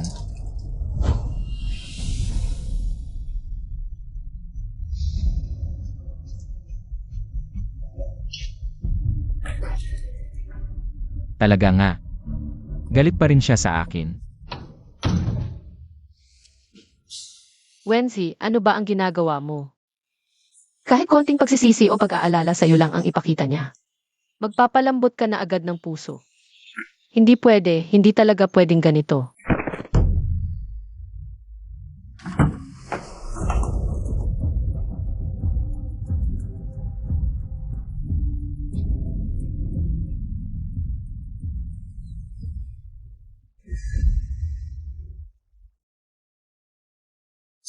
Kagabi ako at si Lenyu.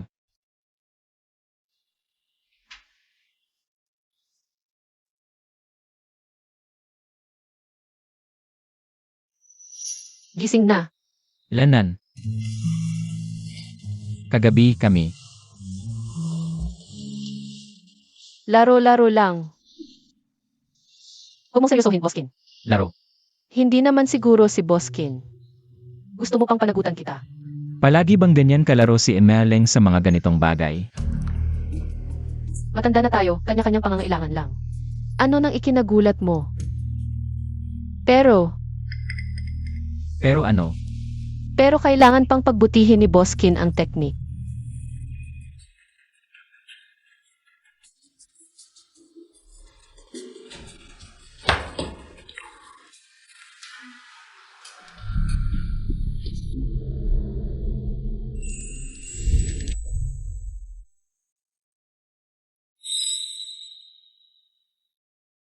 Palitan mo na yung baduy mong hair tie, ayaw ko.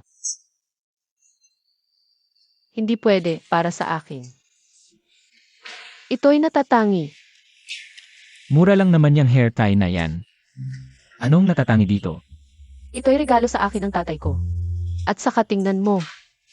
Dito ako nadulas, kaya may sira. Dahil sa sira na ito na ang nag-iisang natatangi sa buong mundo. Baka siya ay Emeleng.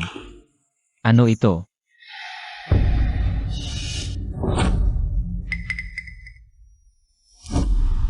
Hair tie lang naman to, gusto mo pa ba, Boskin? Gamit ng mga bata. Ito ay gamit ni Wenzi. Bakit na sayo? Naalala ko na. Naiwan ni Boskin nang nag-aayos ng gamit. Ang cute kasi, kaya ginamit ko na lang. Ganun pala. Akala ko pa naman. Mahalaga sa akin ang bagay na ito. Emeleng, pwede ba? Kunin ko na ito. Siyempre naman. Salamat po. Kahapon ng gabi, pasensya na. Miss Leng, kahit anong hiling mo, pwede mong sabihin. Kasama na rin ang pagiging kabit ko. Maliban sa bagay na yan, Kahapon ng gabi, wala talagang nangyari sa atin. ikaw, Pero curious ako, sino nagbigay sa'yo ng gamot? Song Zi. Bless you. Narinig ko na magkasintahan si Boskin at ang nobya niya. Mukhang parang iba sa yung naririnig ko. madalas ko nang sinasabi, negosyo lang ang kasal namin. Walang pag-ibig. Kanino may pag-ibig si Boskin? Yung tinatawag na Wenzai. Walang kinalaman yan sa'yo, Miss Leng. Kung wala akong kinalaman, di itong bahay ng di importante. Umalis ka na, Boskin. Ingat! Huwag mo nang ihatid. Sandali lang po, Boss Leng. Darating na si Boskin. Salamat.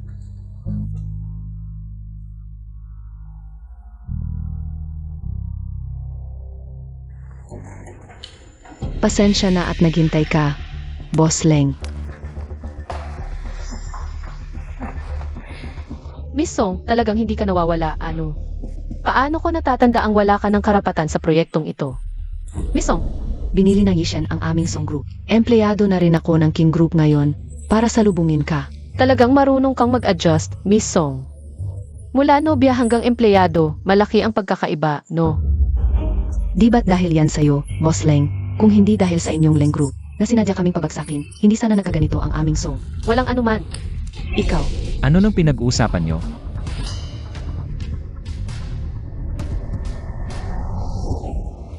Kanina sa meeting room, mailangaw na maingay. Tinutulungan ako ni Miss Song na patayin. Pasensya na, Miss Leng. Sa susunod, pababantayan ko. Ang kalinisan ng venue, di ka na maabala. Okay lang. Simulan na natin.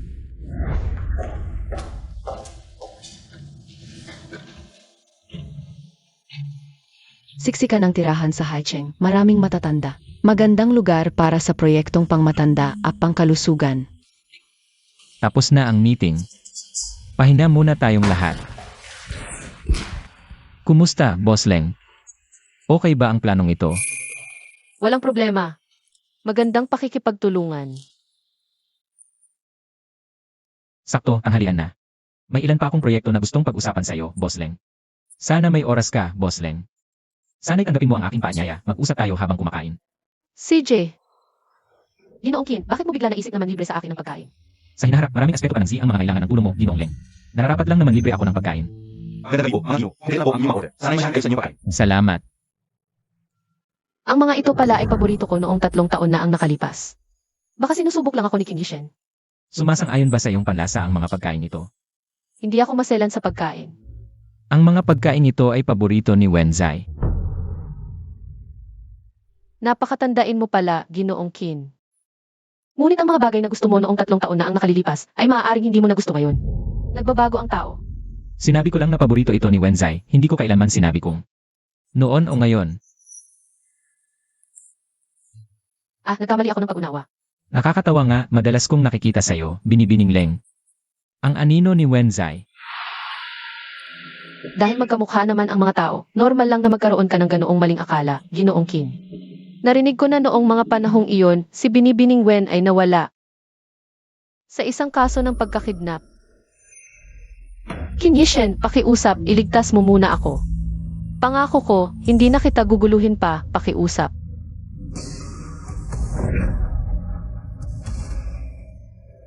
Noon, tinanong ng mga kidnapper si Ginoong Kin.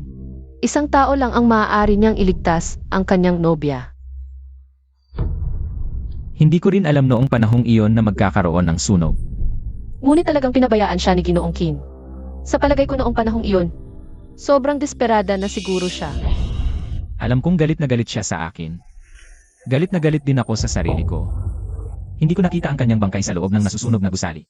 Ngunit naniniwala akong buhay pa siya. Patuloy ko siyang hinahanap. Kaya't binabati kita, Ginoong Kin, at nakita mo na siya ngayon. 3 taon na ang nakalipas, tinanong niya ako ng isang tanong.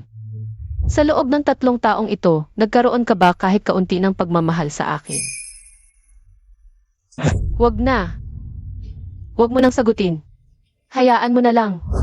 Noong 3 taon pa lang, gusto ko na sana sabihin sa kanya. Ginoong Kin. Anong pagkakataon?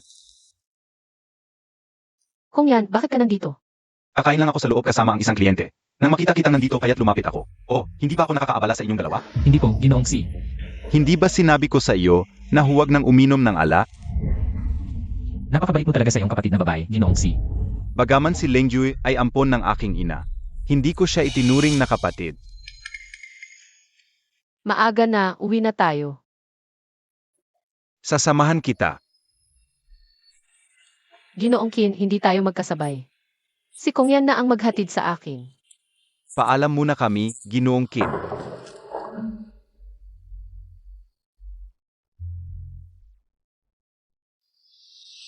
Nagdududa na si Kinishen sa'yo. Hindi ba? Nagsisimula ka ng magpahinuhod.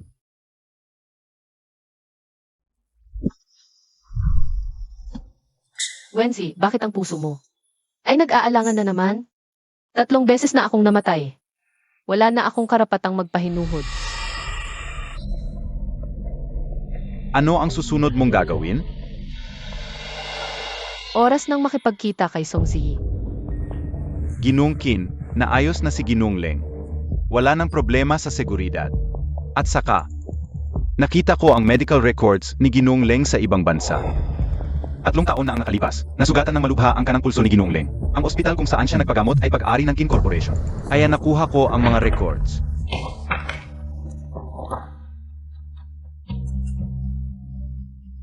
Tatlong taon na ang nakalipas. Sunog, sugat sa kanang kamay, hindi ito pagkakataon. May iba ka pang impormasyon. 3 taon na ang nakalipas, sa sunog, nakita ninyo. Ang bangkay ng ama ni Binibining Wen, naalala ko. May natirang skin sample noon. Kung makukuha ninyo, ang buhok ni Ginoong Leng, maaari tayong magna-test. Leng Yu, hindi marahil. Mas angkop kitang tawaging Wensi, hindi ba? Mahalaga ba ang sagot? Sigurado ka na naman eh. Bakit ka bumalik? Nagpalit ka ng itsura para maghiganti sa akin. Dapat ka namang mamatay. Ako ang dapat mamatay. May ebidensya ka ba? Paano mo nasisigurong wala ako? Ano ang ibig mong sabihin? Hindi ka ba nagtataka? Kung paano ang pagdukot na iyong binalak noon? Ay hindi ako napatay kundi nagbigay sa akin ng tagumpay. Hindi mo ba napapansing masyadong maayos ang nangyari noon? Akala mo ba ako ang napasok sa bitag? Impossible. Mga propsyon na ang kinuha ko. Hindi sila magkakamali. At namatay naman ang tatay mo. Kung alam mo noon, hindi mamamatay ang tatay mo.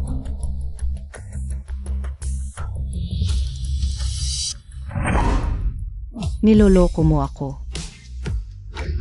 Niloloko kita. Hindi ko na kailangang magpakahirap ang tanga-tanga mo. Recording sa phone. Ano? Anong ebidensya pa ang meron ka ngayon? Mula nang pumasok ka sa tindahang ito. Nakinig at nag-record na ako. Salamat sa ebidensya, Song. Salamat. Tumigil ka.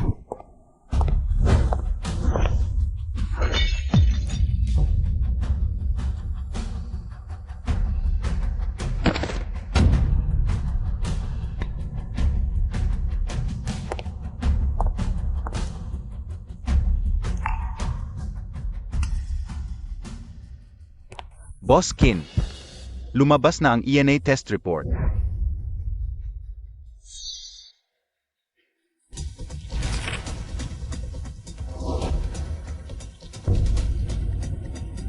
Siyang tunay siya. Walang mali sa report, si Boss Leng nga si MS Wenji. Boss Kin, hindi maganda. Nasa restaurant si MS Song. Nag-away sila ni Boss Leng at aksidenteng nasaktan niya si Boss Leng. Ngayon, tumakas na siya. Ano ang sinasabi mo?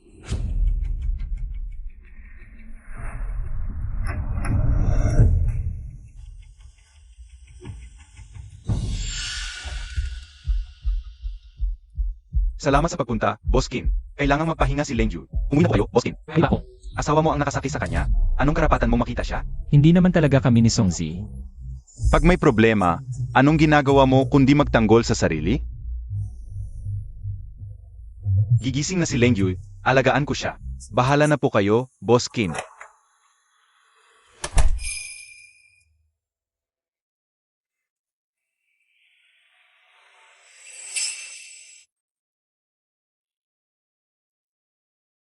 Pinahanap ko na si Songzi.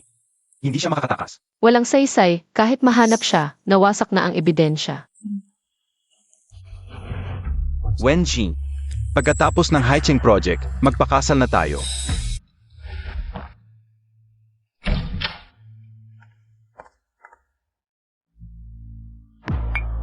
Akala ko, si Leng Yue ang unang makakahanap sa akin. 3 taon na ang nakalipas. Bakit mo ginawa yon? Nandito ka para magreklamo. Bakit mo ginawa yon? Bakit mo sinunog? Para saktan si Wenzi. Dahil ayaw kong may iba. Mahal kita. Kaya ayaw kong may iba sa puso mo. Baliw ka. Baliw ako. Pero anong karapatan mong hasgahan ako? May pagpipilian ka noon, pero hindi ka naglakas loob. Ikaw ang naggabaya sa kanya, kaya ikaw ang salarin. Ano ang ibig mong sabihin? Kinishen, hindi mo alam. 2 buhay ang nawala dahil sa'yo noon. Bukod sa ama ni Wensi. Pati ang anak mo. Ano? Bantis si Wensi noon. Naalala mo, ikaw ang pumatay sa sarili mong anak. Pangako, hindi na kita guguluhin. Pakiusap. Paano nangyari ito? Kaya sa tingin mo, patatawarin ka pa ba niya? Galit na galit siya sa'yo. Ala na yan. Leng Yue na siya ngayon. Hindi Wensi. Bumalik siya para magiganti sa atin. Mali ka. Di mo pa ba nakikita? Wala na siyang pagmamahal sa'yo. Presidente Kin, Yishen. Umalis ka.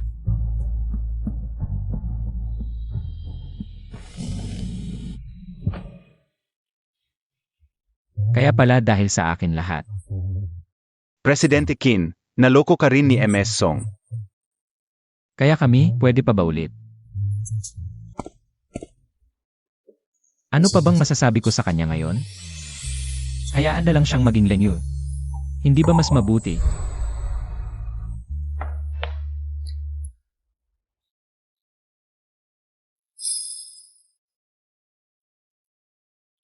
Presidente Qin, bakit ka napadalaw ng gabi? Narinig kong nasugatan ka, dumalaw ako. Dapat alam mo rin kung bakit ako nasugatan, di ba? Alam mo na pala, Ano ang alam ko? ang tunay kong pagkatao. Hindi ko alam. Gabi na, aalis na ako. Alam mo na pala talaga. Hindi ka lang sigurado. Dito mismo. 3 taon akong naging golden canary mo kahit ayaw kong aminin. Pero sa 3 taon na yon, nagmahal na talaga ako sa'yo. Pasensya na, Azay. Huwag mo akong tawaging ganyan. Lingin na ako ngayon. Alam kong galit ka sa akin, karapat dapat ako. Galit ako noon. Pero ngayon, di ka nakarapat-dapat. At ang galit, mas lalo lang akong nasasaktan. Hindi ko hinihiling ang kapatawaran mo. Gusto ko lang, bigyan mo ako ng isa pang pagkakataon. Maging kalaguyo mo ulit. Hindi kita kailanman itinuring na kalaguyo. Sa 3 taon, hindi lang ikaw ang nagbigay. Ako rin. Mahal na mahal din kita. Mahal mo ako, pero muntik mo na akong ipasok sa pool. Mahal mo ako, pero tinapakan mo ang anak natin. Pasensya na. Qin Yishen, nakakadiri ang pagmamahal mo. Ano ang gagawin ko para patawarin mo ako? Gusto mong patawarin kita, di ba? Kunin mo itong kutsilyo, saksakin mo ang sarili mo. Kapag natuwa ako, baka patawarin na kita. Ano? Takot. Alam ko na, Qin Yishen. Ang pinakamahal mo sa lahat ay ang iyong sarili.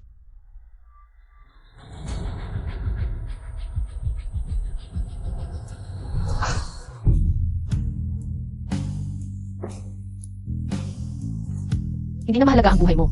Kung ito ang paraan para mapatawad mo ako, gagawin ko. Mali ka, Azzy. Ikaw ang pinakamahal ko. Qin Yishen. Buti na lang hindi malalim ang sugat at walang malaking problema. Mga bagong mag-asawang ngayon. Pag nag-away, agad kumukuha ng kutsilyo. Napaka-delikado nito. Huwag na nating ulitin.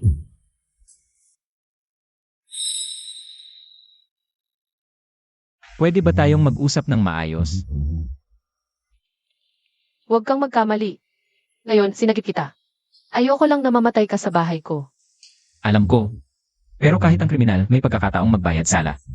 Pwede mo bang bigyan ako ng pagkakataon? Kung magbabayad sala ka, dapat sa aking ama na namatay at sa bata, magbayad sala ka. Ganun ka ba gustong mamatay ako? Sana nga. Azzy, MS Wen. May mga bagay na dapat, bilang tauhan, hindi ko dapat sabihin. Pero kung hindi ko sasabihin, hindi mo malalaman kung ano talaga ang ginawa ni Boss Qin para sa iyo. 3 taon na ang nakalipas. Sumugod si Boss Qin sa nasusunog na gusali ng walang pakialam sa sarili. Pero hindi kanya nakita. Ang dinala lang niya ay ang bangkay ng iyong ama. Siya mismo ay napinsala ng malubha sa loob ng sunog. Pagkatapos noon, nagalit ng todo si Ginoong Qin dahil dito. Inarusahan si Boss Qin ayon sa pamilyar na batas. 9 na latigo sa kabuuan. Isang latigong puno ng tinik. Bawat latigo, parang hindi mo na kayang tiisin ang sakit.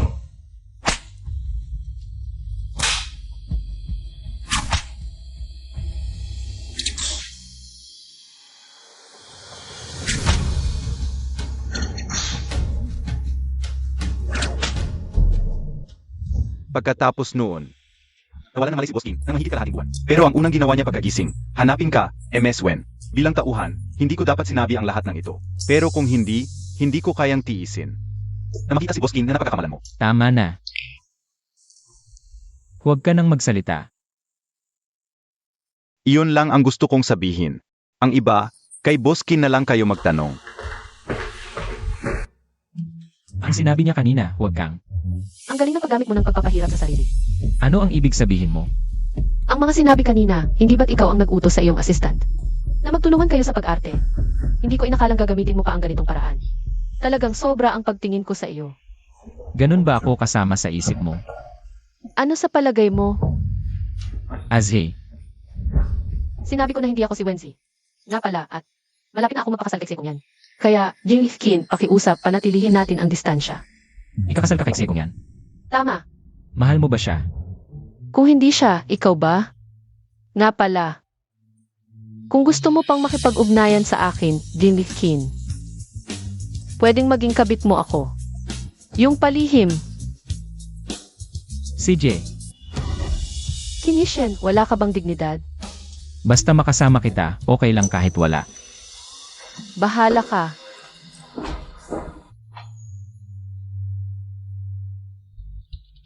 Ikaw si Kinishen. Huwag kang mag-isip ng kung ano-ano.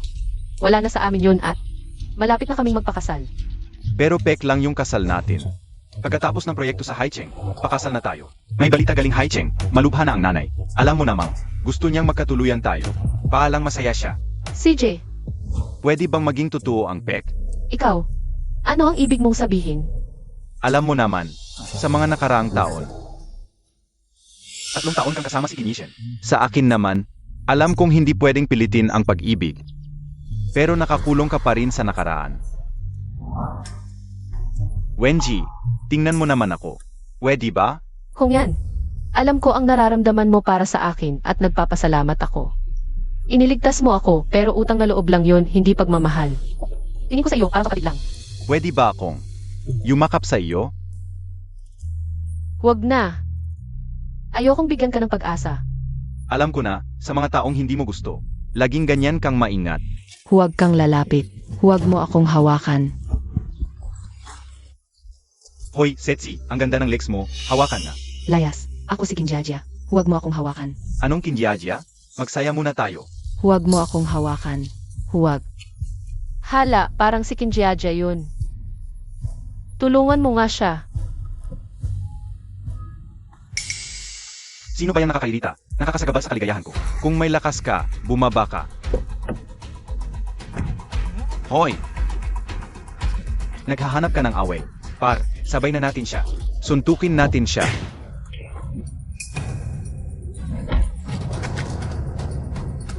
Hintayin mo lang ako. Ginoo, salamat po sa pagligtas sa akin. Huwag kang magpasalamat sa akin. Hindi ko naman gustong iligtas ka.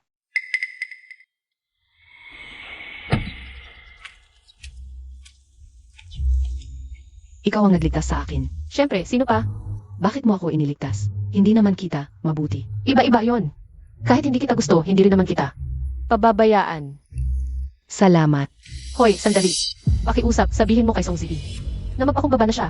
Kung hindi sa ganitong sitwasyon, lalong titindi ang parusa sa kanya. Si Song Ziyi at si Kinjaja ay magkasama. Ang mga tao mo matagal nang naghahanap, hindi pa rin nakikita. Tiyak nakasama. Si Kinjaja. Kaya papasundan ko si Kinjajia. Huwag na. Lumabas din siya sa tamang oras.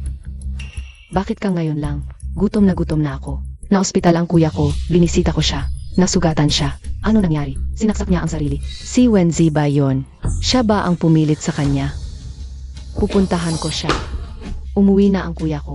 At Z, kumain ka muna. Bakit hindi mo tinawag? Ang Ed ko. Dati, tinatawag mo akong Ed. Bakit hindi ka na lang magpakumbaba? Baka mabawasan ang parusa. Ano sinasabi mo? Noong mga panahong iyon, ikaw talaga ang mali. Papatay ako sunog. Krimen talaga yun. Si Wenji ang babaeng iyon ang pumilit sa akin. Pero ang kuya ko, hindi talaga siya nagmamahal sa iyo. Ang pag-ibig, hindi pwedeng pilitin. Kaya ngayon, kahit ikaw, kay Wenji ka na. Ganoon ba?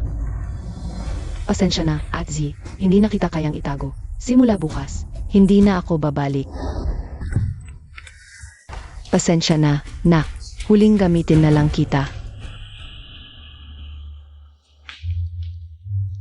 Aling Liu, binigyan kita ng bakasyon. Bakit ka nag-almusal pa rin? Kumusta? Nasiyahan ka ba sa almusal? Bakit ka nandito? Sinubukan ko ang lumang password mo, hindi mo pinalitan. Umalis ka. Hindi ba't ikaw mismo ang nagsabi? Gawin mo akong kabit mo. Kabit. Pero yung lalabas lang kapag kailangan kita. At aalis kapag hindi. Umalis ka na ngayon din.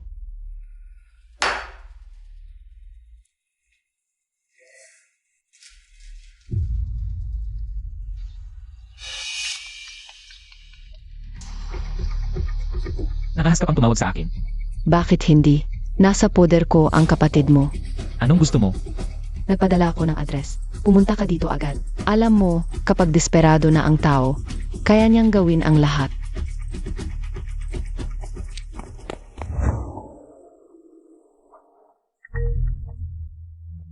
Sino po ito? Jinongzi, gusto mo bang magsugal?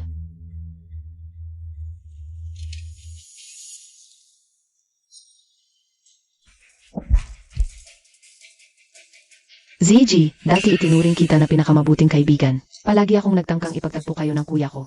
Ngayon, ikaw pa ang magtataksil sa akin. Kaibigan, kung hindi ka kapatid ni Kinishan, hindi kita papansinin. Bakit mo ako ginaganito? Kahit na masama ang trato sa iyo ng kuya ko, tapat ang puso ko sa iyo. Sisihin mo ang sarili mong katangahan. Kaya pala hindi ka gusto ng kuya ko. Masamang babae ka. Sasapitin ka ng kaparusahan. Okay lang. Kahit hindi tayo magkasama sa buhay. Kung magkakasama tayong tatlo sa kamatayan, ay romantiko rin naman. Ikaw, anong gagawin mo?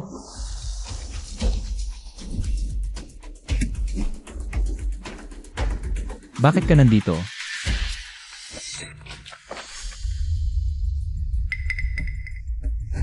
Mukhang napasubo tayo. Chief Leng, masama ang balita. Kidnap si Chief Tsi. Ano? Yishen, pamilyar ka ba sa lugar na ito? Pamilyar ka ba rito? Ano ba talaga ang gusto mo? 3 taon na ang nakalipas. Dito mo iniwan si Wensi. At pinili mo akong iligtas. Ito ang pinagsisisihan ko sa buong buhay ko. Ngayon, kapwa kayo ni Tsikong yan. Nakidnap. Sabihin mo yung laging nasa isip. At puso mong si Wensi. Sino kaya ang ililigtas niya? Binatawag mo rin si Wenzi. Kung saktan mo si Wenji, gugunawin ko ang buong song pamilya. Isasama ko sila sa libingan. Isang Wensi lang nagawa na pareho kayong magtanggol sa kanya. Talagang nakakainggit. Tingnan natin kung sino sa inyong dalawa ang ililigtas niya. Song Ziyi. Ang mga tao mo ay natalo na, mas mabuti. Sumuko ka na at huwag nang lumaban. Hindi mo ba iniisip na? Ito lang ang mga baha ko.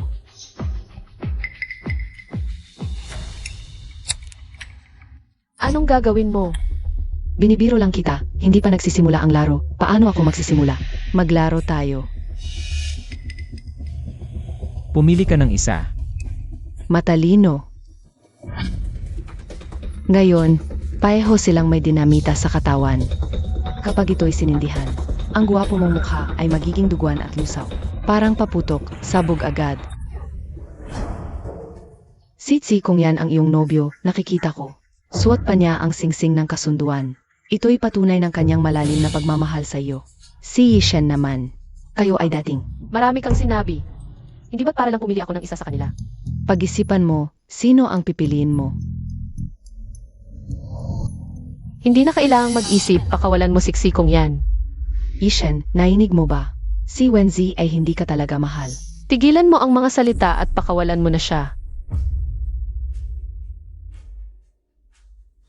Maari ka nang umalis. Alis na. Yishen, wala nang makakagambala sa atin ngayon. Anong gagawin mo? Wala na akong pag-asang mabuhay. Kung makakasama ko si Yishen. Sa daan patungong impyerno, may kasama naman ako. Ano? Nagsisisi ka na ba? Hindi.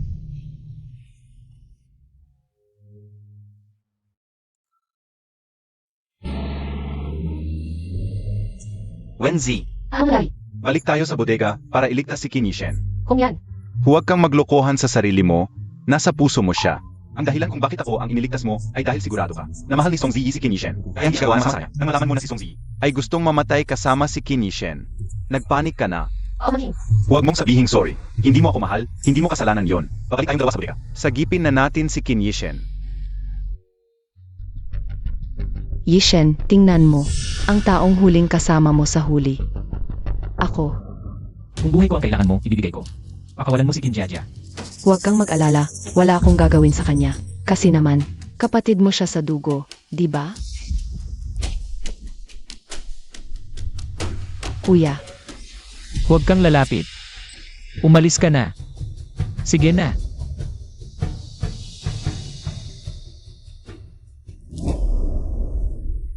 okay, tayo na lang dalawa ngayon, Yishen. Huwag mo akong sisihin. Sobra lang ang pagmamahal ko sa'yo. Gusto na gusto kitang makasama, kaya ganito ang nangyari. Si Wensi, ala siyang pakialam sa'yo. Sa mundo na to, ako ang taong pinakamahal sa'yo. Pero ang pinakamamahal ko, si Wenzi. Hanggang ngayon, siya pa rin ang nasa isip mo. Sage. Mamamatay tayong dalawa. Wenzi, tulungan mo naman ang kuya ko. Nagwawala na si Songzi. Tigilan mo yan. Azai, Bumalik pa kayo. Talagang naghahanap kayo ng gulo. Tingnan natin kung sino ang unang magkakagulo. Kung isang hakbang pa ang gagawin mo, magkakagulo tayong lahat. Huwag mong saktan ang kuya ko. Songzi, 3 taon na ang nakalipas. Ikaw ang nagsunog at pumatay. Kung magsusuko ka, may pag-asa ka pang mabuhay. Pero ngayon, wala ka ng takas. Ikaw ang nagtulak sa kin.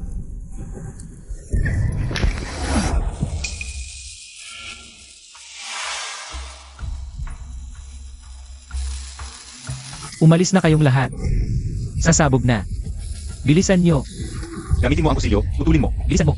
Ako na. Sayang lang ang pagod mo. Hindi yan mapuputol. Tubig.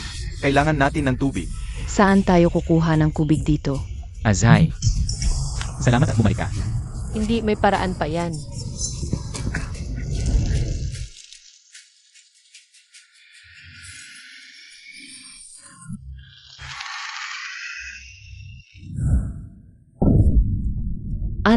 Anong nangyayari? Peki ang bomba.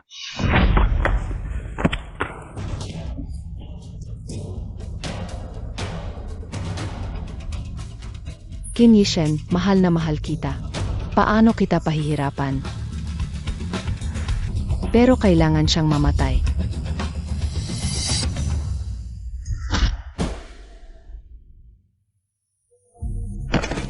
Kuya, Kim Yishen, Dalhin nyo sa ospital, bilisan. Kim Yishen.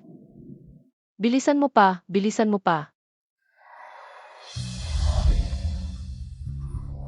Azhi. Huwag kang mag-alala. Kim Yishen, wala kang mangyayari. Azhi, huwag kang umiyak. Ayokong makakita ng umiiyak. Kim Yishen. Hindi mo ba sinabing patawarin kita? Basta mabuhay ka lang. Mag-umpisa tayo muli. Kim Yishen.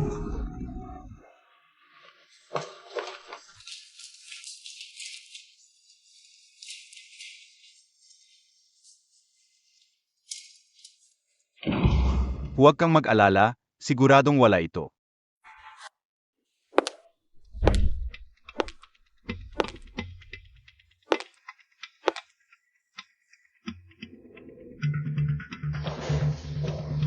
kumusta na ang kuya ko? Matagumpay ang operasyon. Maghintay lang ng kaunti, okay?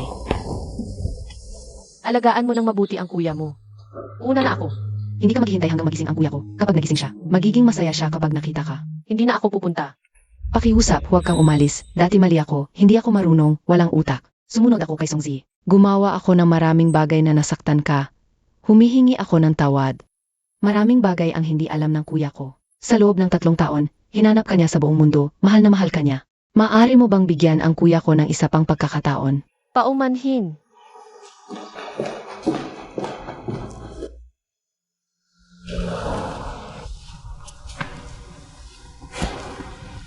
Tingnan mo ito, mahigit 1 oras na. Salamat. Kung nasa puso mo siya, bakit hindi mo siya puntahan? Ako, hindi ko alam kung paano haharapin siya. Ang Wenji na kilala ko, hindi natatakot. At duwag. May 2 pagpipilian dito, isa ang nakasulat na puntahan. Kung takot kang magpasiya, hayaan mo na lang ang langit.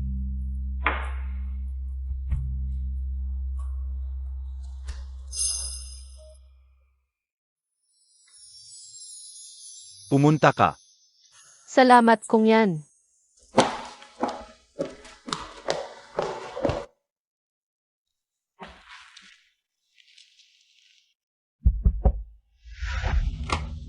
Huwag mo nang tingnan, hindi na darating si Wensi. Sabi ng doktor, mabagal pa rin ang pagaling ng sugat. Kailangan mo pa rin magpahinga ng hasto. Salamat.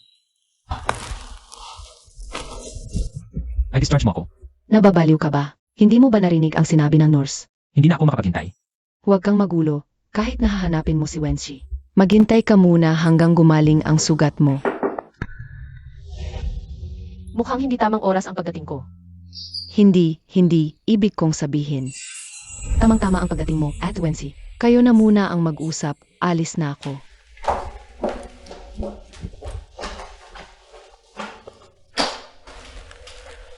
Umiga ka ulit. Sinabi mo dati, kapag nagising na ako, patatawarin mo ako. Totoo pa ba yon? Hindi na. Talagang pakakasalan mo siksikong yan? Hindi na rin. Eh ako, Kabit ka lang. pwede bang maging official? Pag-iisipan ko muna.